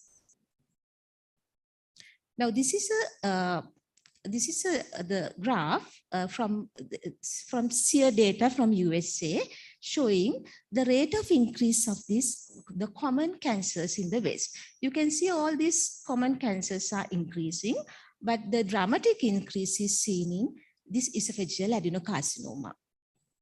That is due to very high prevalence of severe gastroesophageal reflux disease in these countries. And also you can see from 1975 to 2000, again SEER data from the USA, their squamous cell carcinoma is has come down, and while the esophageal adenocarcinoma has risen. And these countries, the most common type of esophageal cancer is esophageal adenocarcinoma, whereas in our part of the world, it is the squamous cell carcinoma. And we are in this sort of a stage now. Now, this is a review I have done to assess the trends in esophageal adenocarcinoma and squamous cell carcinoma in the Asian region. And here you can see in Singapore, a typical developed Western type country, you can see a similar dramatic rise in the adenocarcinoma, whereas in the other countries, although there is no such dramatic rise, still we see some tendency towards increasing rise. Now, this is the situation in the Sri Lanka. According to the National Cancer Control Program data, the esophageal adenocarcinoma to squamous cell carcinoma ratio has changed from 7.7 in 2000 to 19.3% in 2019. Now, this is the analysis we done with the THP population, Teaching Hospital Peradeniya. You can see it also shows a increasing trend, although it's not as dramatic as in the West. Now here in 1991, it had been 1.8%, whereas in 2013, it has risen to 11.6%. If we talk about very briefly about the pathogenesis of esophageal adenocarcinoma, now, the reflux of the gastric content into the esophagus, it irritates the squamous epithelium and produces chronic inflammation. So this we call reflux esophagitis. That is the inflammation in the squamous epithelium. And if it's severe enough, it will cause erosions and ulceration.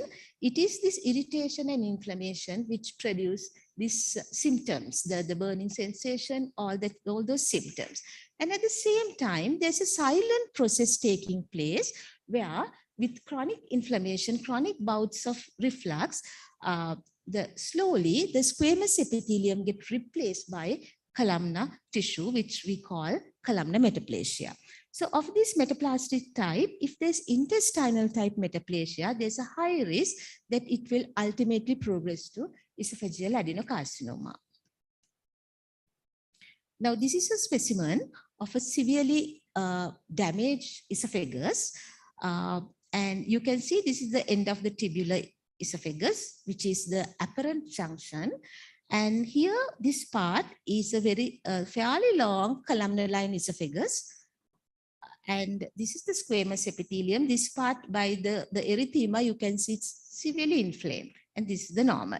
And we will see how reliable in this sort of a situation to identify the junction by these anatomical landmarks. And of the metaplastic columnar epithelia in the esophagus, it is only the intestinal metaplasia which carries a significant risk to progression to malignancy, and therefore we call it Barrett's esophagus. The estimated malignancy risk with intestinal metaplasia of the esophagus is 0.5% per year. Therefore, diagnosis Barrett's esophagus is regarded as a pre-malignant condition and is an indication of endoscopic surveillance. If we talk about intestinal metaplasia of the stomach, it has different malignancy risks, especially in the absence of atrophy. The malignancy risk in the gastric intestinal metaplasia is very low. And therefore, the two intestinal metaplasia in the esophagus and the stomach are treated differently.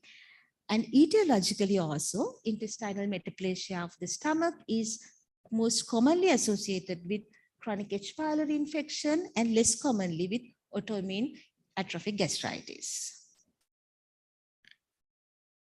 And continuing with the significance, because of these different malignancy risks, if we get a gastroesophageal junctional biopsy, it is very important to determine whether this intestinal metaplasia is in the esophageal side or in the gastric side, because the management is completely different.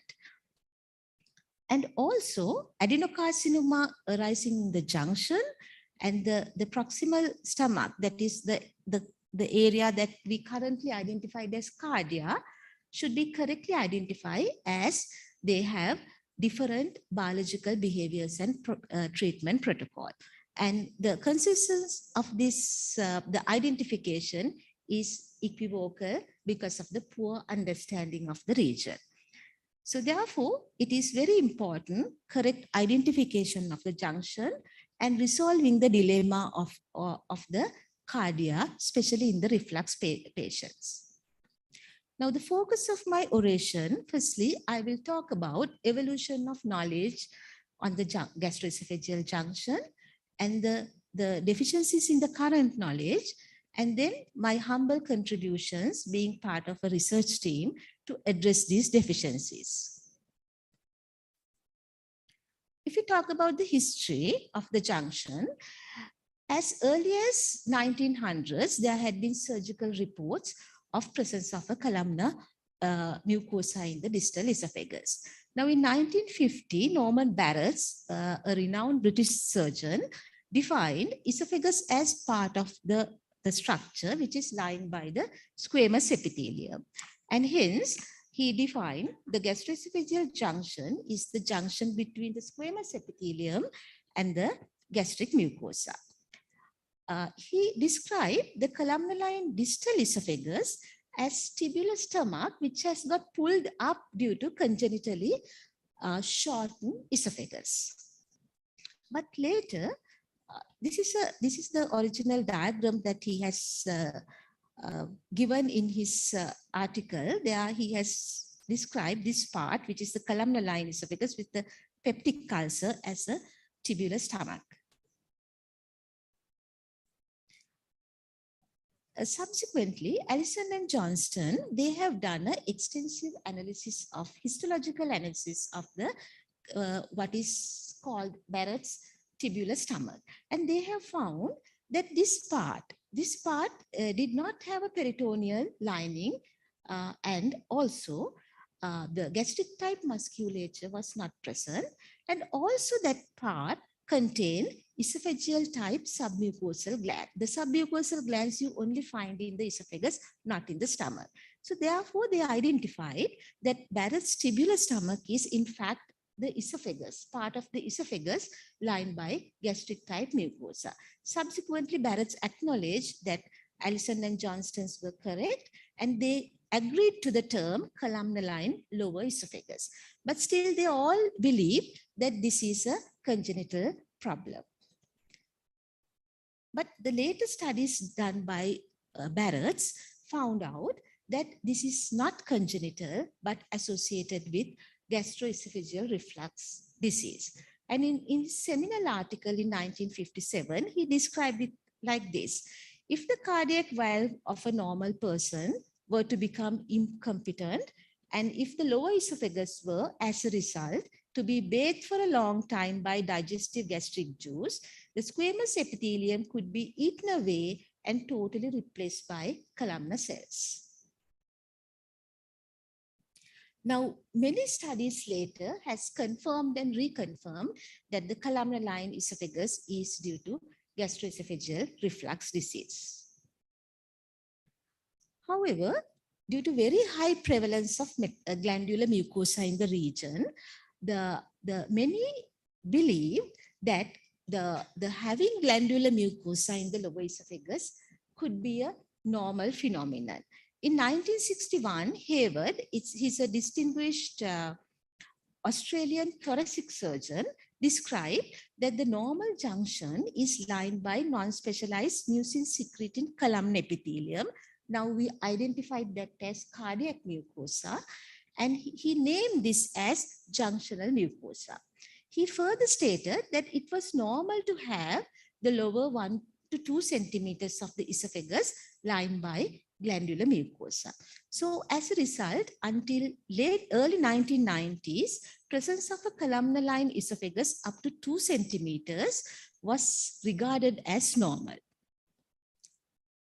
But later in 1994, Spetzler and his team identified what Hayward believed as junctional mucosa is in fact metaplastic and due to reflux disease. And this is actually the short segment Barrett's esophagus. Now it is accepted that the normal esophagus is entirely lined by the squamous epithelium. Now, although there are the different metaplastic epithelial types in the esophagus, it was Haggard in late 1970s proposed that it is the intestinal type metaplasia in the esophagus which significantly increases the risk of development of adenocarcinoma. And later this was again confirmed by many others. In a study that we did in USC, we also confirmed that it is the intestinal metaplasia. We confirmed that it is only the intestinal metaplasia, not the cardiac mucosa, that carries a significant risk, because in the latest British guidelines, they have indicated that although it is proven intestinal metaplasia is the risk factor, perhaps maybe presence of cardiac mucosa could also lead to esophageal adenocarcinoma. So in our paper, we proved that the cardiac mucosa has no significant risk. It is only the intestinal metaplasia. Therefore, presence of intestinal metaplasia of the lower esophagus is identified as Barrett's esophagus, is considered a pre-malignant lesion of the esophageal adenocarcinoma. Now, these are the main epithelial type. So this is cardiac mucosa, which is non-specialized mucosa, very low malignant risk. And sometimes it can have parietal cells like gastric, and we call it occipital cardiac mucosa, and there's no malignant risk. And then you have this intestinal type metaplasia where you see goblet cells, and that is the one which carries a malignant risk. And when we see a biopsy with glandular cells, we have to have solid evidence to say that this is esophageal in origin. Now, the usual indicators of esophageal origin are submucosal glands and their ducts. Now, this is a section, esophagectomy section from our teaching hospital Peradeniya population. Here I have used an immunostain to highlight the submucosal glands and their ducts. Now, this is the squamous epithelium and this is glandular. And you can see this, the entire segment is associated with submucosal glands and their ducts, indicating this is metaplastic esophagia. And also we use this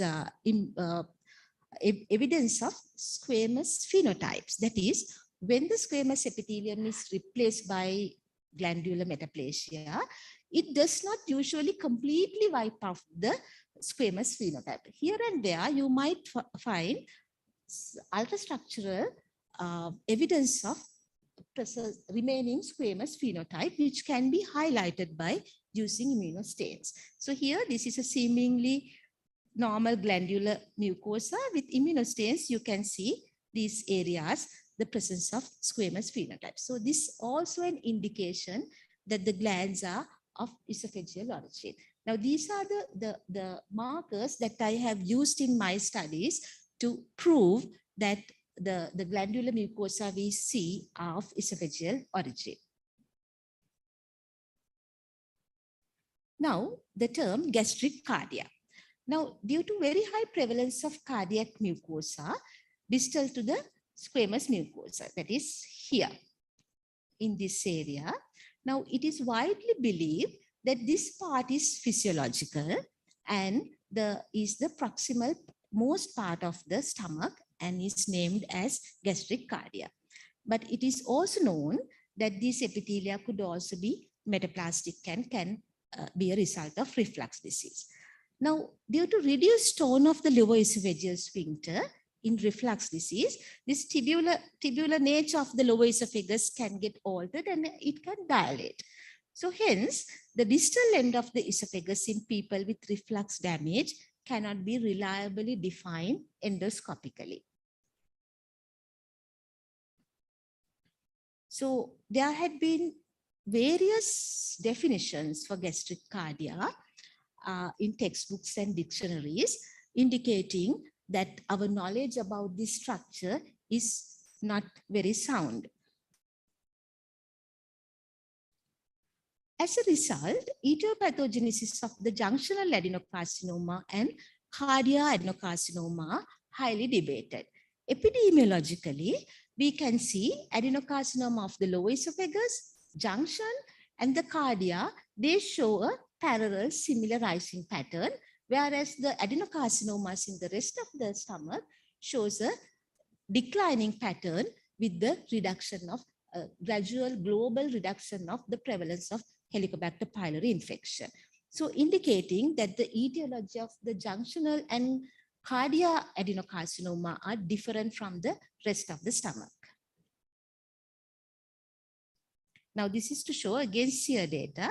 You can see the esophageal adenocarcinomas are rising and the parallel rise in the cardia adenocarcinoma, reaching a plateau in this area. And the evidence to minimize these controversies. So my studies were carried out in two locations. One is University of Southern California, which is one of the leading reflux referral centers in the world. And therefore, this population indicates high prevalence of reflux damage and high prevalence of esophageal adenocarcinoma. Then the second study was done in the teaching hospital Peradeniya. It represents relatively low prevalence of esophageal adenocarcinoma. If you compare the relative incidence of esophageal adenocarcinoma per squamous cell carcinoma, in our hospital is 11.6%, whereas in the USA, it is 161%, the marked difference. Now, the biopsy protocol used in the USC sample is fairly extensive. They took 4-quadrant biopsies straddling the squamous columnar junction, and then retroflex biopsies from the tips of the gastric, proximal gastric mucosal folds, which indicates the cardia. And if the person has the columnar line esophagus, then there were 2 centimeter biopsies. And at the same time, they took biopsies from the body and the antrum of the stomach. Now, in our THP population, in patients with normal, endoscopically normal gastroesophageal junction, we use this same protocol for extensive sampling. Now, if we are to see the prevalence of intestinal metaplasia, which is a pre-malignant lesion in the junction, now this is the USC population, this is the THP, the Peradeniya population.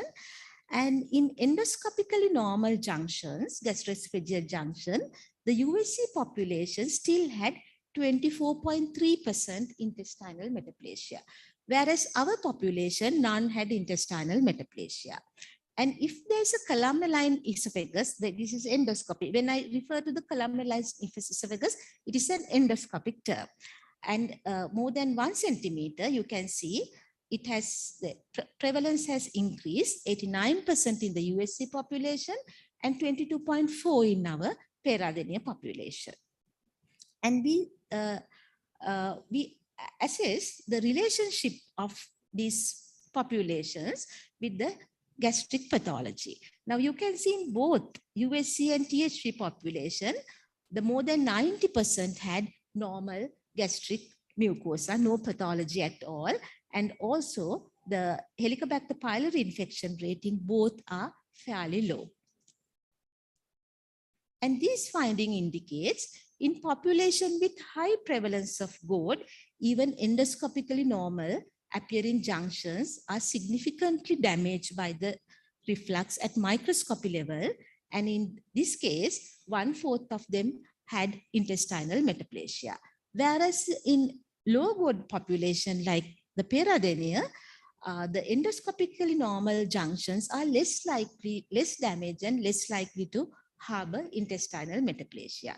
And also intestinal metaplasia occurring in the junction is not associated with gastric pathology and therefore more likely to be due to reflux disease. And we will look at further evidence for this.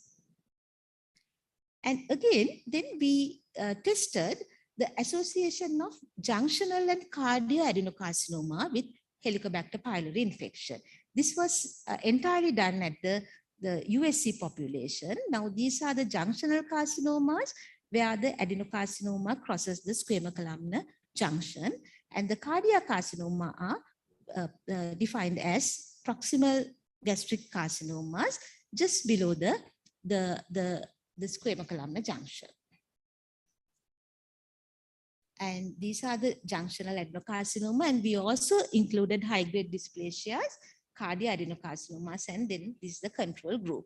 And you can still see a large majority had normal gastric biopsies, and again, Helicobacter pylori infection rates are low, and this did not show any etiological association, indicating that these are not associated with Helicobacter pylori infection or any gastric pathology. So in conclusion, along with the epidemiological evidence, this suggests that the junctional and cardiac adenocarcinomas are likely to be of esophageal origin and arising from short or ultra-short segment of Barrett esophagus, not due to gastric pathology. And we will look at further evidence for this. And then the question of existence of gastric cardia. Now, this raises the possibility whether what we perceive as gastric cardia is actually the distal esophagus, which is lined by columnar epithelium and dilated due to loss of sphincter tone. Now, this is a esophagectomy study done at USC. I was not involved in this study. Now, what they have done is like what the Allison and Johnston did. So they have found esophagectomy specimens with very preserved junction. In the USA, it is very difficult to find the esophagectomy specimens with preserved junction because the most are lower esophageal cancers destroying the junction. So here, this is the anatomical junction that we can see. And this looks very much like the stomach, the gastric rugal fold. And you can also see this person has a columnar-line esophagus. So when they extensively sampled and histologically analyzed this specimen, they found out in what is seen as stomach, proximal stomach, the black dots are submucosal gland. So the variable length had indeed submucosal glands, and that it shows that although this looks like the gastroesophageal junction, that is not the true junction. At microscopic level, we can prove the true junction is somewhere here. This is actually the dilated part of the esophagus. And likewise, they have studied 10 such samples, and you can see two do not have a columnar-line esophagus, rest have, and these white dots indicates the distribution of submucosal glands. You can see in all these to a variable length, you see submucosal glands in the area what is perceived as the proximal stomach, indicating these are all dilated lower esophagus. And in the THP, we analyzed 23 esophagectomy specimens, and here all had normal junctions, and 21 of them had squamous cell carcinomas, indicate that this sample had low reflux related damage in the junction. So even in this, in 22, even in this low reflux sample, the 22 specimens had the proximal, what we saw as proximal stomach, the esophageal markers, and the cardiac mucosa with or without intestinal metaplasia. Again, to test the theory, we used endoscopic biopsy samples also. There were 112 patients with normal junctional endoscopy. All these were sampled according to the protocol, extensive protocol that I described above. And 77 of them did not have a cardiac mucosa or an intestinal mucosa there. It directly transmitted squamous to the gastric coccytic mucosa. The rest had cardiac mucosa and intestinal mucosa. And of them, 85.7% had evidence of esophageal origin. That is either submucosal glands or ducts, or the immunohistochemical evidence of residual squamous phenotype. Now, this is a beautiful picture from our study group, THP study group. Now, this looks like cardiac mucosa, and we have used P63 immunohistochemistry to highlight the esophageal squamous phenotype. You can see that nicely the esophageal phenotype is highlighted in this glandular epithelium. So here we can conclude what is perceived as gastric cardia appears to be of esophageal origin. And this is true even for the samples with relatively low reflux damage, that is, those with macroscopically normal junction. Therefore, cardia appears to be an early manifestation of reflux even before the appearance of the columnar-line esophagus. Now, here we have explained it like this. Now, this is the esophagus, the stomach, and the diaphragm, and you can see the lower esophageal sphincter. So the intra-abdominal pressure is relatively low compared to the intra-esophageal pressure. So what happens during reflux when the lower esophageal sphincter damage? So usually damage occurs distally, and then slowly with the increasing damage, it progresses more proximally. So when the lower esophageal sphincter is damaged, under the negative pressure of the outside, it dilates. It dilates, and when it dilates, it can even get this gastric type rugal folds, and it is lined by metaplastic column epithelium. So therefore, for the surgeon, it is almost impossible to identify it from the normal, the proximal stomach. So we did the further mapping biopsies involving 714 patients at the USC population, and again proved the same. And collectively, of all these findings, we proposed the term dilated distal esophagus for cardia. Then the other enigmatic mucosal type, which is cardiac mucosa. Now, cardiac mucosa is currently accepted as a physiological, that is normal type mucosa lining the proximal stomach, and we also know it could be metaplastic. Now here we assess the prevalence of cardiac mucosa in high GORD population and in our THP low GORD population.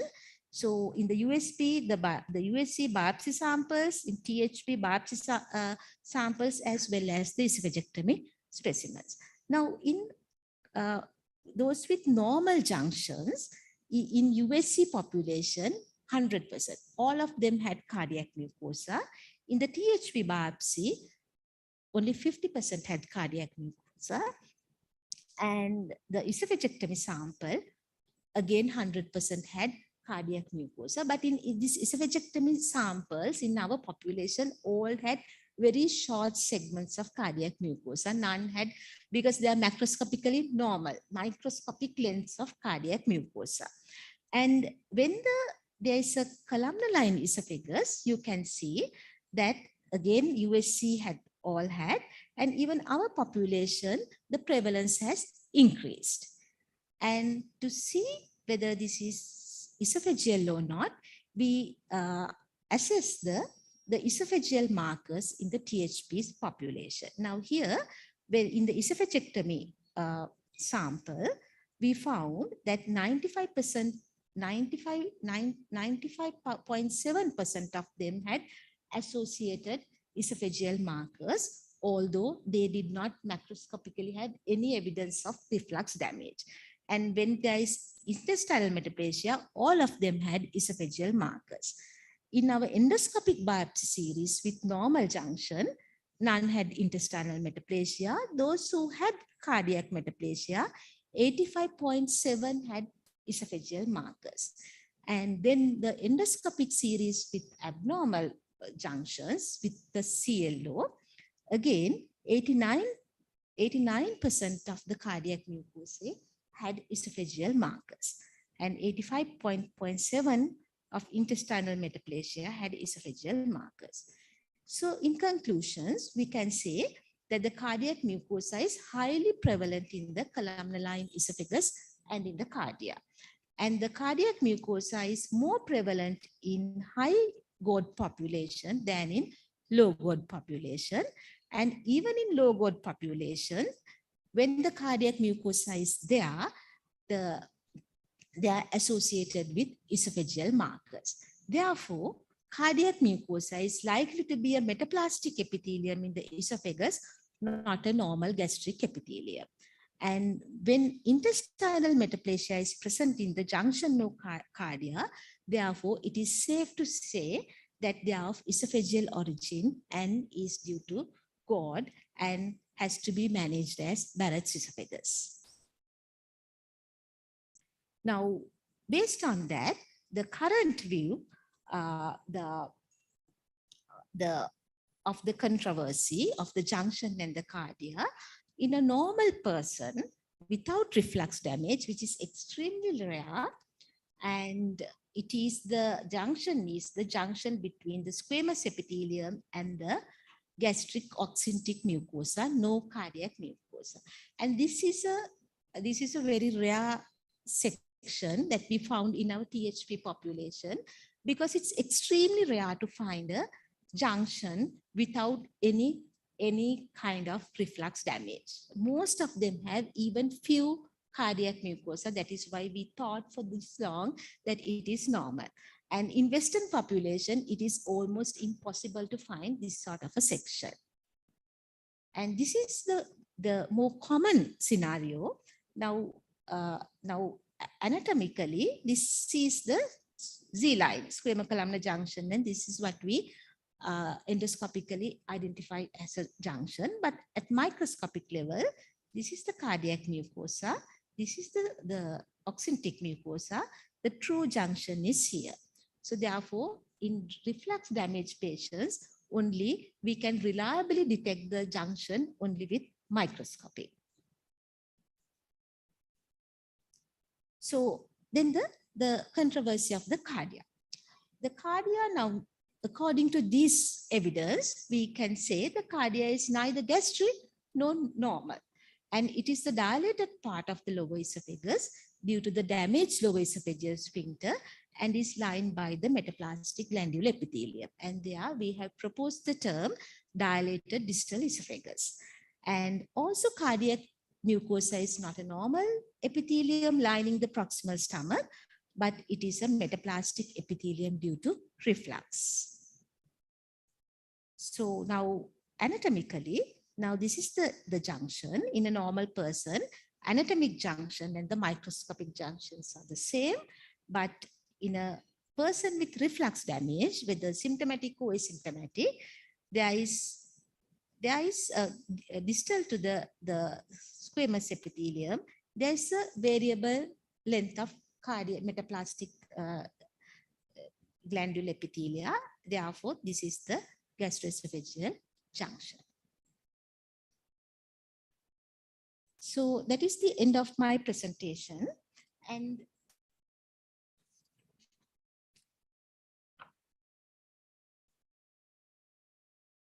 I take this opportunity to express my sincere gratitude to all the people behind my academic career. Firstly, Professor Kandy Ratnatunga and Professor Parakrama Chandrasoma, my two mentors. Professor Ratnatunga for giving me a good MD training, and Professor Chandrasoma for giving me the opportunity to be part of his research work and laying the foundation for my research career. And then my co-investigators, that is my surgery colleagues, who have unconditionally supported me in my research work. Special thanks goes to Rasika Kotakadeniya, Chandima Halahakon, Professor Galkatia, Bandula, Arinda, and Manjula. And also Professor Lamavansa and late Dr. Budpitia for the immense support and encouragement they gave me. Thank you all. And also Professor Tom Demister, who is the surgery lead at USC, and his surgical team, for following this meticulous systematic biopsy protocol in every patient, without which this knowledge, new knowledge, may not have been possible. This also highlights the value of systematic sampling and record keeping of patients, which automatically produce research data. During my post-MD foreign training, when I told Professor Chandrasoma that I like to do some research work with him, he showed me these piles and piles of huge piles and piles of paperwork and said, Sulo, see what you can do with this. Then I produced a database over 2,500 patients and analyzed. And from that, we published 4 papers in American Journal of Surgical Pathology, and we did not spend a penny for this. And this is all because of meticulous systematic sampling and record keeping. And then I would like to thank Janaka, my husband, who is the biggest influence in my academic career. He indirectly guided me along the correct path, simply being a great role model. Thank you for that. And my late parents, who gave me immense freedom to follow the path I want, and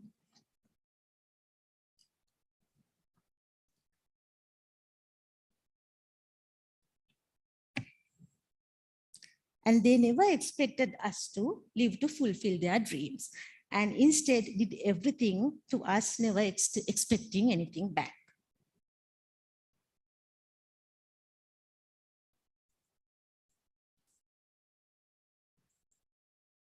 and also my pathology colleagues in Peradeniya, National Hospital Kandy, and Sirimau Bandaranayake Hospital for sharing good times and bad times and giving me that much needed laughter. Thank you so much. And my departmental staff, Mr. Shilan and the team, for being such a great asset to me and readily supporting me in running the department to best of our abilities with the limited resources we have. Whether it's a trade union action, a lockdown, or a natural disaster, they made sure that the services were continued. And I did not even have to ask.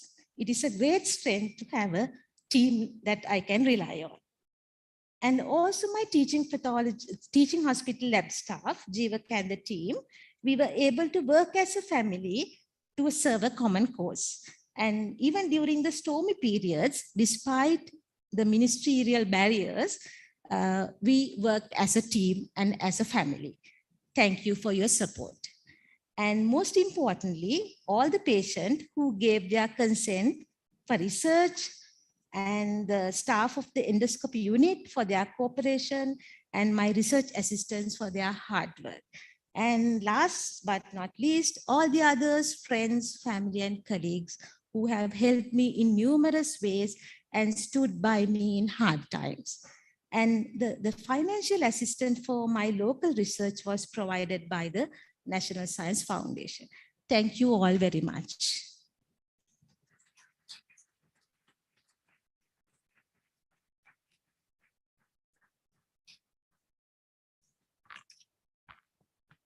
Thank you, Madam.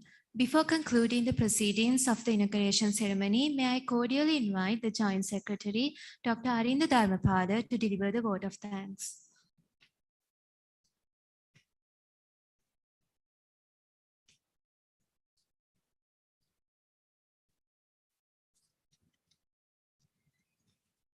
So good evening, everyone. It's my pleasure to propose a vote of thanks. Chief guest, Dr. Palita Abekon, guest of honor, Professor Raj Samadeva, Senior Professor in Archaeology, University of Kelaniya, orator Sulochana Vijayatunga, Professor M.D. Lamavansa, Vice Chancellor, University of Peradeniya, Professor Vasanthi Pinto, Dean, Faculty of Medicine, Deans of the other faculties, Provincial and Regional Directors of Health Services, Directors of Hospital Kandy and Peradeniya, past presidents, members of the council, distinguished invitees, ladies and gentlemen. So before concluding the inauguration, it is my duty to thank everyone who helped us in many ways to make this event a success. So please bear with me. First and foremost, I would like to thank Dr. Palita Abekon, the chief guest, for gracing this occasion. Sir, your tireless efforts have no doubt helped Sri Lanka foresee an end to this relentless pandemic. We as the council are indebted to you. It was unanimously agreed on that you are one of the most deserving persons to be the chief guest for this occasion, not only for your remarkable work and unblemished record over the years, but as someone who carries the honor of being the first registered medical student of the Faculty of Medicine, University of Peradeniya, as mentioned earlier by my colleague. Our guest of honor again is a well-renowned academic in field of archaeology. Sir, your inspirational talk on human evolution and our legacy and its amazing transformation and relations have no doubt taken our doctors to a different world, fascinating and a vivid one. Thank you very much for your presence and that enlightening speech. Then Professor Sulochana Vijayatunga, the proud recipient of the KSM Oration 2022. I know how hard you work on these projects, and we as the council feel honored that you have selected KSM as the platform to present your years of hard work. I believe that you truly deserve the prestigious KSM Orator Gold Medal, and we can vouch that you have not let down the oration committee. And actually, I didn't know that you had done so much with the little biopsies. So anyway, Professor M.D. Lamavansa, Vice Chancellor of University of Peradeniya, Deputy Vice Chancellor, Professor Terence Manujit, Dean, Faculty of Medicine, Professor Vasanthi Pinto, and all other deans of the faculties, you were kind enough to grace this occasion despite your busy schedules. Thank you. The provincial directors, health services, regional directors of health services, directors of National Hospital Kandy, Teaching Hospital Peradeniya, Sirimau Bandaranayake and Dental Hospital Peradeniya, and the directors of the other hospitals and consultants of all the hospitals. Thank you very much for gracing this occasion. All the past presidents of KSM, thank you for being here and today and being with us throughout the year, and your presence adds strength and glamour to this event. I must thank the Oration Committee, Professor Vajra Veerasinghe, Professor Sam Kuraratna, Professor Sudhira Kalupahan, and Professor Sarath Lekam Vasam for their time and commitment in selecting the best orations. I think the audience will agree. I like to thank all our council members for all the support and help extended to make sure that the build-up to this event ran smoothly. My gratitude goes to the scientific committee, Madam Anuma Siribadana, Shenal, Chaturanga, Dr. Saman Nanakara, Dr. Parakram Vijayakon, and Dr. Vajra Jayasinghe. Duminda Sumudu Asela for compiling the abstract book and creating the beautiful artwork for our Congress. As always, the logistics for the Congress is led by Dr. Ranmini with her team, Dr. Sakuntala, Niroshan, Dr. Danushka, two indicators, and our energetic set of young RHOs. Thank you very much. I'd like to thank our sponsors, RCV Hospital, our platinum sponsor, Cipla, GSK, Abbott, and Novartis, our silver sponsors, and all other sponsors. Thank you very much. Here I must mention Dr. Saman Walisinghe, Chaturanga again, Niroshan for all the support in organizing, helping out with the sponsorships. Also, I would like to thank Dr. Anur Rajbaks for excellent event management. And he has always the other, all the other innumerous work that he did for the sessions. Our two young compeers, Dilke and Nipuna, thank you very much. Heartfelt gratitude to Dr. Kavind Amarasinghe for single-handedly organizing the eagerly anticipated photographic exhibition session for the 4th consecutive year, where the prizes galore. You can see it when the dinner comes. The management and the staff of Hotel Grand Candian and for their support and audiovisual support teams of the job well done. Now, I would be failing in my duties if I did not thank the President, Professor Manjula Atigala, my colleague Nandana, and all fellow members of the Council for all their support during the past few weeks. Thank you very much. Special thanks to Dulanjali for very important groundwork throughout the year and working really hard to make the Congress a reality, and Naomi for helping us with the conference paperwork.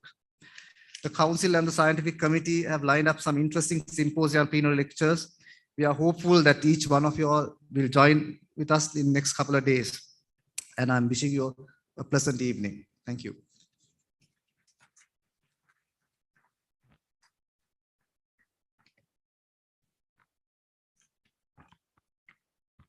Thank you, sir. With that, ladies and gentlemen, we conclude the proceedings of the inauguration ceremony of 44th Annual Academic Sessions of Kandy Society of Medicine.